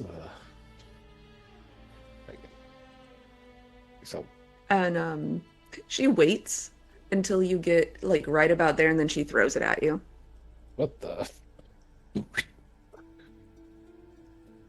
Like, how hard? Not hard. She just tosses it at him. She doesn't like fastball. Big bad. Better. Yeah. How long has Raheem been blind? For quite some time. Well, how long has it been since you had to catch something? Touche. He's got pretty good reflexes, He's athletic. Ish. ish. Um, yeah, you can roll me in athletics to see how easy it is, how quickly you think. You think God, I fast. rolled a nat 1 right now. All that effort and gone. Oh my god, it was very close to that one. Wow. Oof.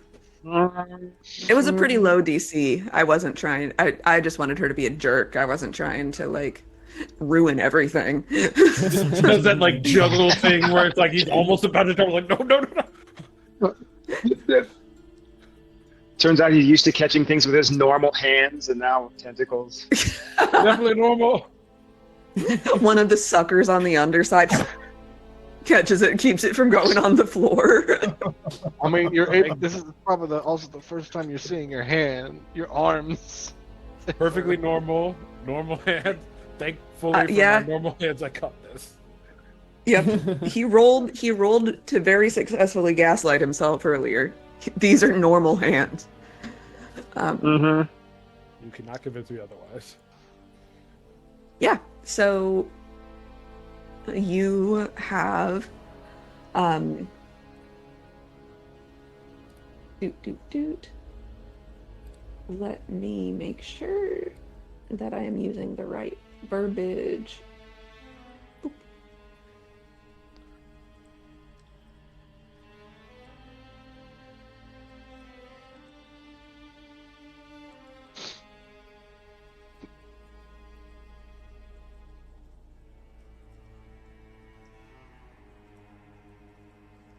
Why is this such a pain in the ass?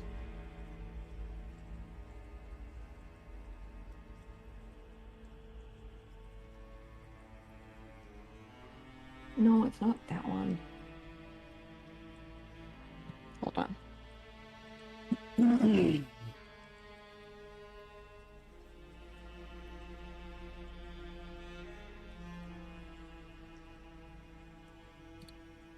So this is you have in your possession the phylactery of the, oh my gosh.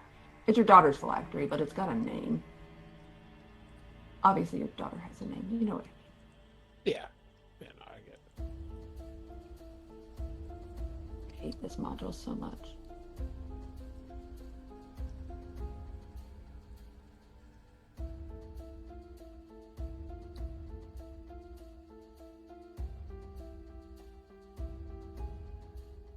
Whatever, I'll find it. But you have your daughter's phylactery. After the shock of catching it, he just kind of holds it close and he sits back down, just taking a moment to just hold it close to him. Mm-hmm. You feel it almost pulse as you tuck it close to your heart. Here we go.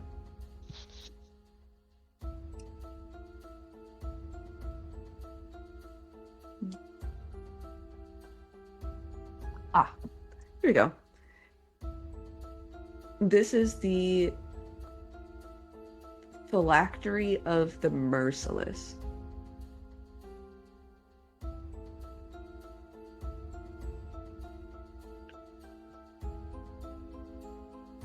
Okay. Is your daughter a full-grown adult? No. No.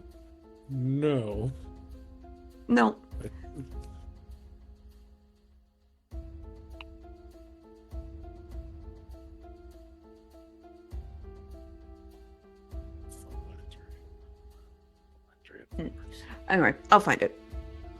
The Merciless one in this situation is not his daughter, it's him. Yeah. He's the one who bartered it away after all. You know, Glacia, as Raheem is like quietly taking that moment, I do find it interesting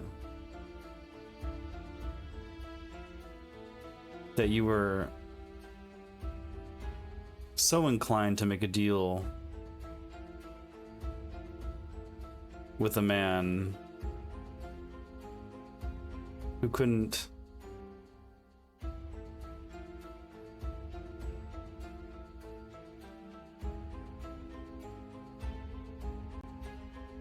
who abandoned his marriage, abandoned his oath to his god. Bold of you to assume he won't abandon this deal with you, one way or another. Ah, well. So here's where a deal with the devil differs from a deal with God or a deal with a woman.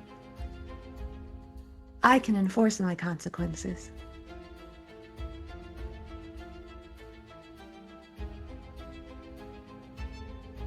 Marriages are mortal things, and the abandonment of them sometimes have consequences, sometimes don't. Usually they're internal.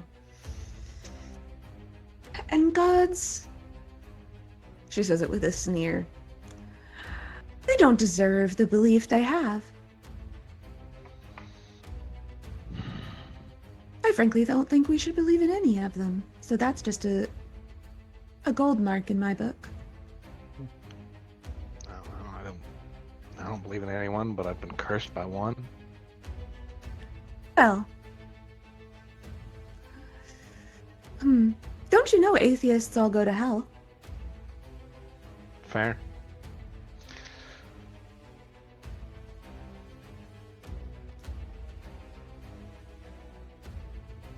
But God is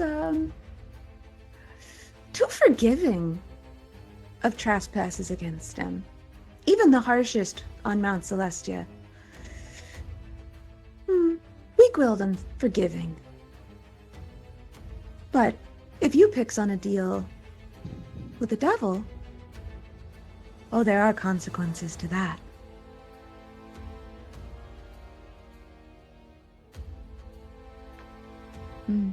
We could tie you up for years in infernal courts, bringing you to justice.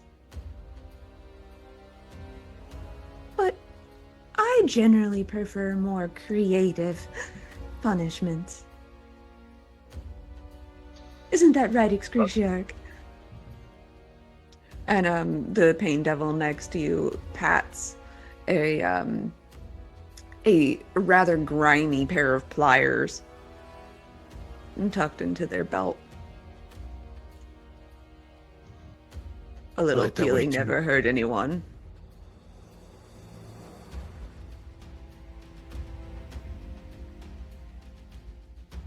Good. Sometimes you make the deal. Sometimes I make the deal. Just because I can. To see what I can squeeze out of someone. You want to see how far you can push them. The sport of it all. Indeed.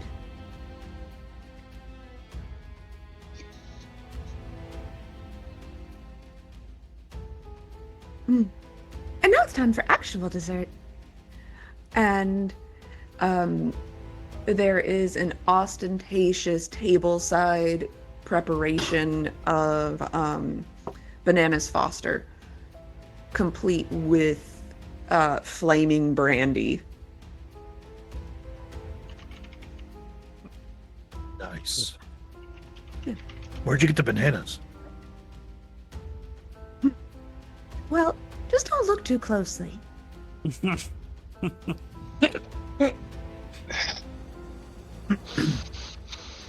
I see everything too closely. I mean, they're the closest hellish equivalent to a banana. They're dicks, aren't they? These are dicks. No, they're plantains because the plantains are gross. Yeah. Yeah, they're plantains. There you go. I like plantains, but They make them really good in Miami. tostones, Mm-hmm. tostones.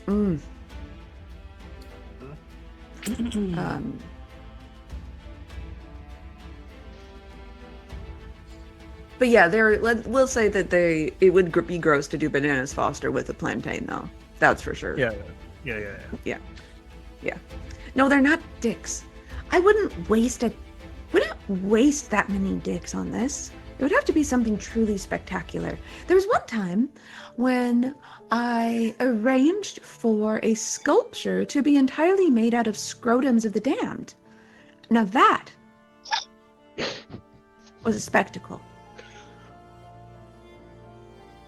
You know, that's the underarm of my my jacket. Actually, is the never mind. Oh. It's a nice little pocket, honestly. It is. It is.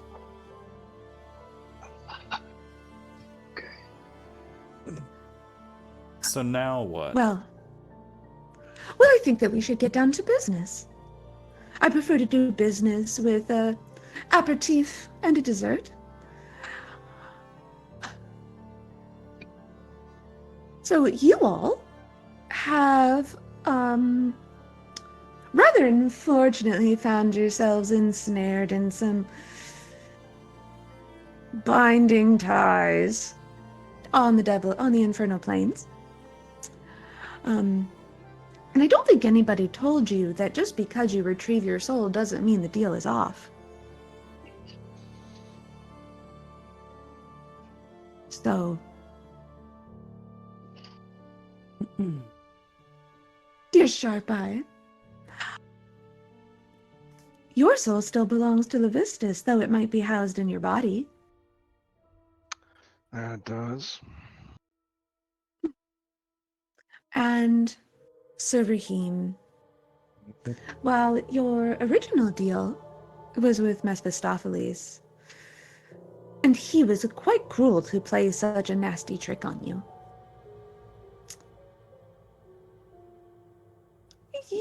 I purchased your deal. So now I own your soul and your daughter's. And I've given it to you to do what you will, and our terms still hold. But we do need to find a way, if your goal is, now that you have your daughter's soul back, for you all to return to the material plane.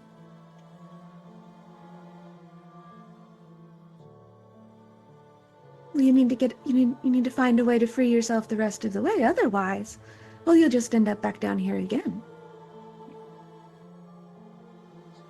And Sir Clyde. Yes, lady. Firna does have her grubby little well-manicured fingers deep in your soul. And she's not nearly as easy to bargain with as Mephistopheles, though much easier distracted.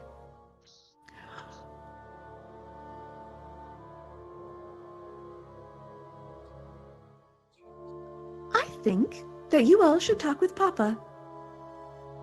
A meeting with the Dark Lord.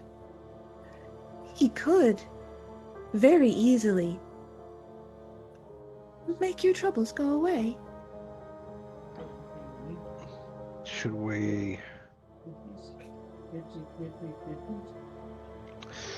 Is there a wait time for that, or should we just stop beating around the bush? Oh, well, you're not nearly as dumb as you look, are you?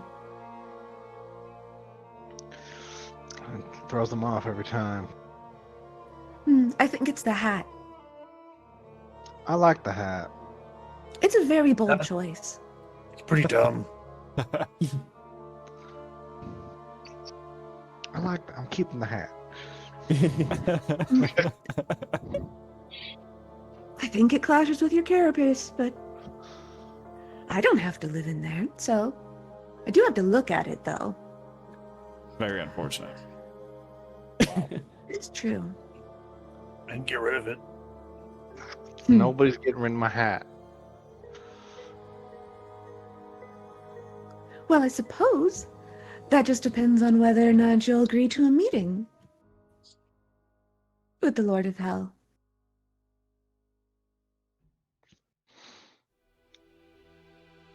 We can just have a lovely dinner. You can go about your day.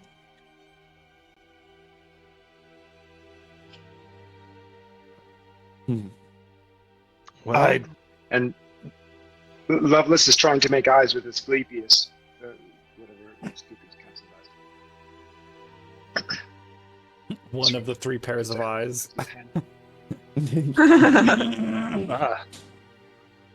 He puts his hands up to cover his mouth and goes.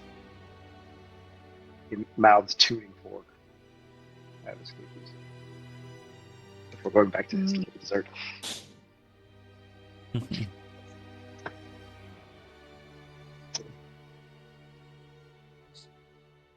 A meeting with the Dark Lord. Not. I'm not.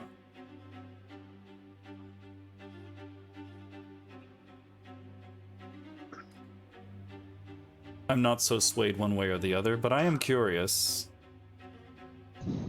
You said that he's interested in meeting us. Why is that? Like, obviously, I mean, we've made a ruckus throughout his domain, and that's, I suppose, caught his attention, but why would he personally take an interest in having us visit him in Nessus?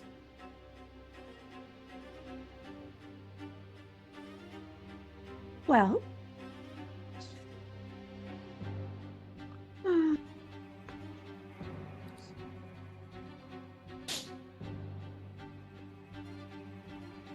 he's quite tired of the mess that you keep bringing around, and he'd like to offer you a bargain.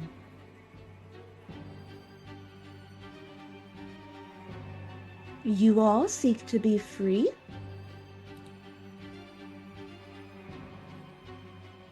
Free of your contracts, free of hell. And he would like to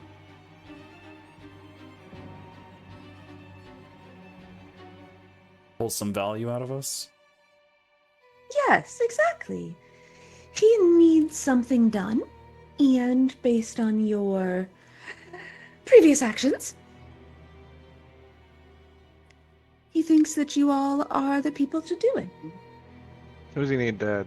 What does he want? Well, he just needs a little help playing a trick on someone.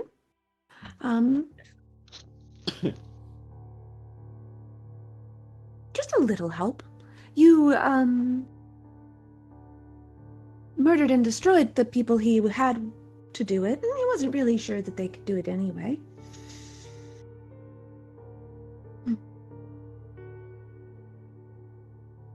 But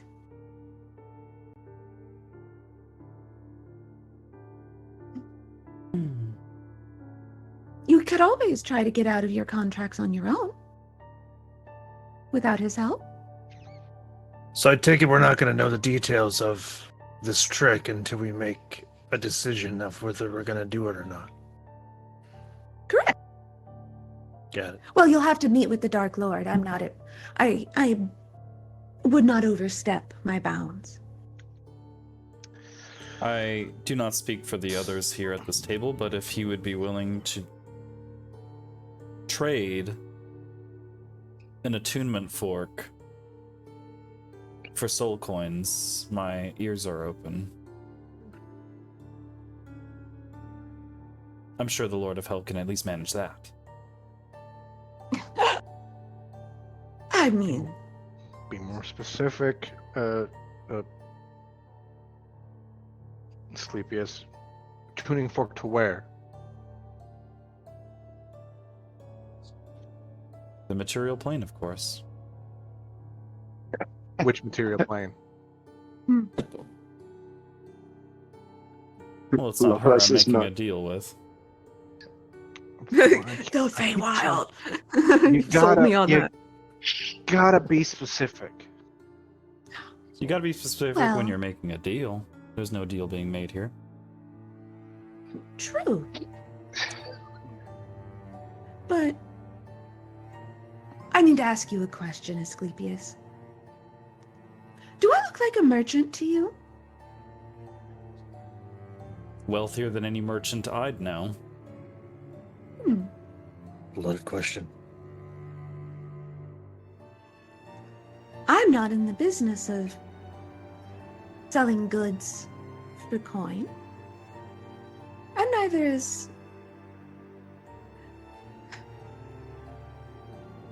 Papa. His interest in souls is less pedestrian than most devils.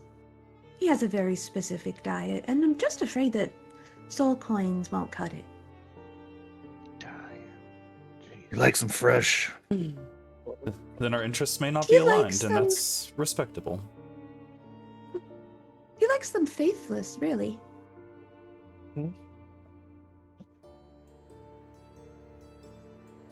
Sklep just leans back.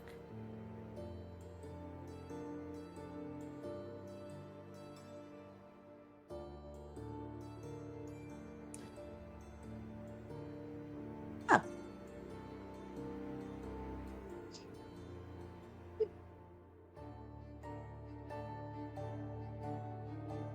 Does anybody want a timetable to meet the Dark? So if we decide to meet him, how quickly is it gonna be for him to get here? Do we have time to talk about this, or I would imagine it'd be really fast. Yeah, almost instantly, honestly. Well, that depends on whether or not you would see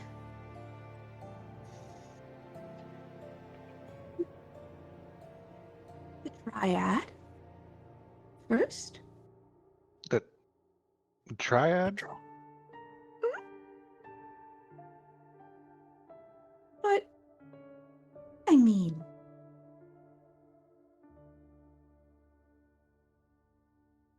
perhaps I should let someone better informed explain. And she gestures towards Trouble, who stands with a flourish. Well, yes. A sharp eye, way to ruin the reveal. Did I? Well, I certainly didn't get to do the, aha, it's me, it was me all along.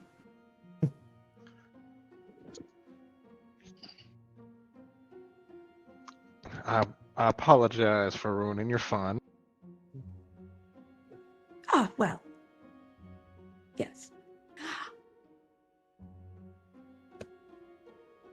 I'm here to extend an invitation to you all.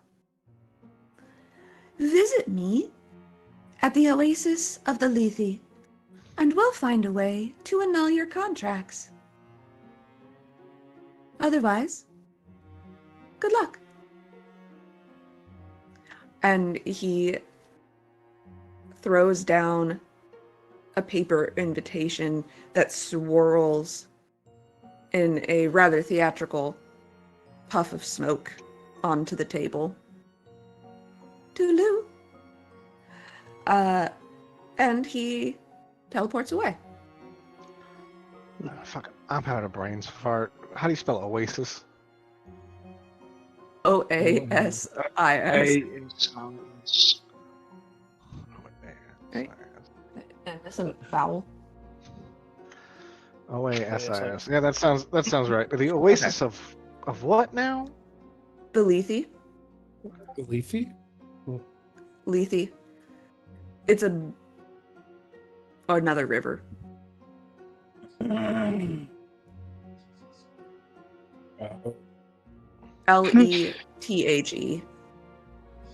Did he mention the layer of Heliton? Yeah, I was about to ask, where is the Oasis? It's in Nessus. We just need to get to Nessus. all right.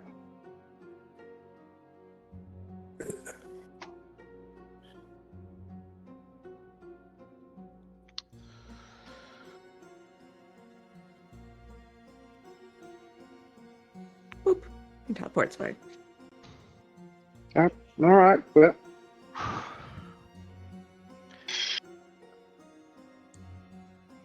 Where did all the oxygen in the room suddenly come from? Oh, yeah, are we friends anymore? Nope. Did Oleander go with him, or is she still sitting next to us? Oh yeah, she would have gone with him too. Yeah. Damn, Ah. she's in deep. Yeah. No. Well, I thought Raheem had it bad. technically, I did make a deal that I'd help her get out of here, so technically I'm about to go anyways. So, Hmm. Wait, does that mean she owns your soul? Well, Oleander's not a devil. yeah, I don't think I No. put my soul on the line for that. I think I put it Mm-mm. for, what was it? Bringing Back Slep at the time? I think she has the right to punch the shit out of him, but I don't think it's Yeah. worse The than that. promise, Mr. Frodo. The promise. Yeah, essentially, she performed a service for you, and you owe her a service in the future. Yes. It's a quid pro quo sort of situation, not a "your soul is mine" situation. Yeah. I promised to help out, and I will keep that promise.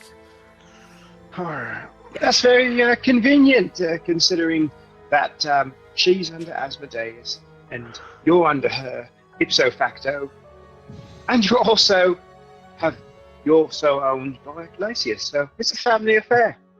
Kind of. I could never have foreseen this part coming, though, where I didn't think she would. Have you ever just thought of having them adopt you? I mean, I don't know my own parents, so maybe. Yeah, we're out here shit talking you Oh. across the table now. Across the How table. How about just no more deals, all right? Well, you'll need to make at least one more if you want your contracts annulled. Unless you think you've got the leverage to force the Dark Lord into it.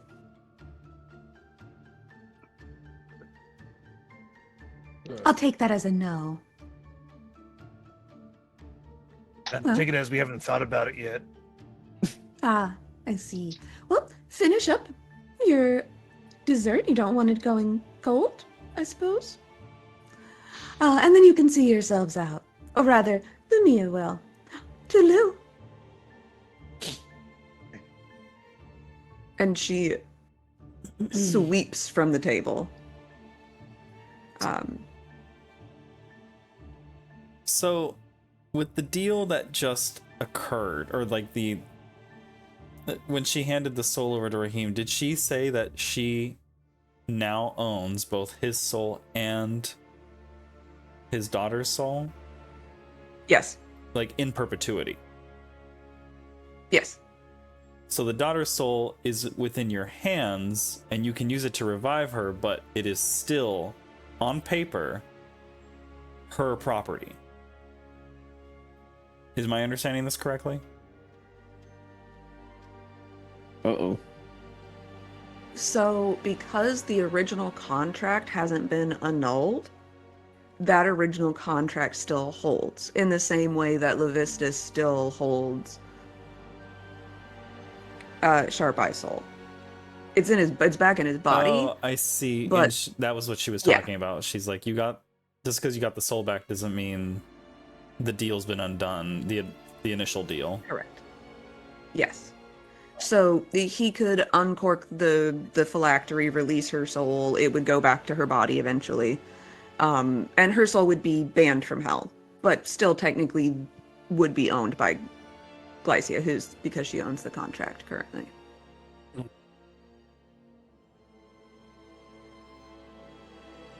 Right, so we should probably put that in a place that someone couldn't conveniently steal it from us. Oh, fuck. Uncork it. Does she even have a body for it to go back to? Yeah. Let it free. Should be waiting for you when you get back. Will it go? I mean, if I were to uncork it right now, would it just zoom right back to the body, or there would not be any is there something I would need to concern myself with releasing it and get like lost along the way? Roll me a religion check. I don't know. This Pray to the works. Raven Queen, dude.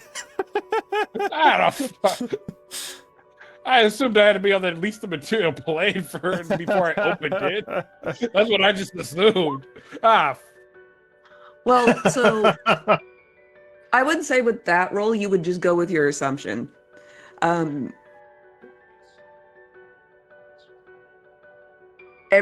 of the other phylacteries you've seen used, they just uncorked and the soul went directly in the body. So you're pretty sure that that's how it works. And you want to be there to see like the soul go in the body to make sure.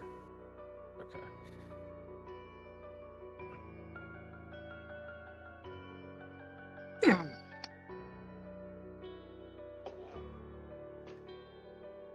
Yeah, I'd say with an 8, you're like, I think I'll just keep that until I can be certain that the soul goes where it's going, where it's supposed to go. Yeah. You all can finish your dessert, but it's very clear. Lumia makes it very clear that you are on a ticking timetable to leave. Sharp Eye doesn't touch his dessert because plantains are disgusting, and then he just stands up. I think we're done here. Chester's taking his dessert with him, but he's precipitating it to taste like bananas, so it doesn't taste like shit. Very smart. Yeah. Yeah. Yeah. Lovely. Wouldn't want to outstay our welcome. Bloop.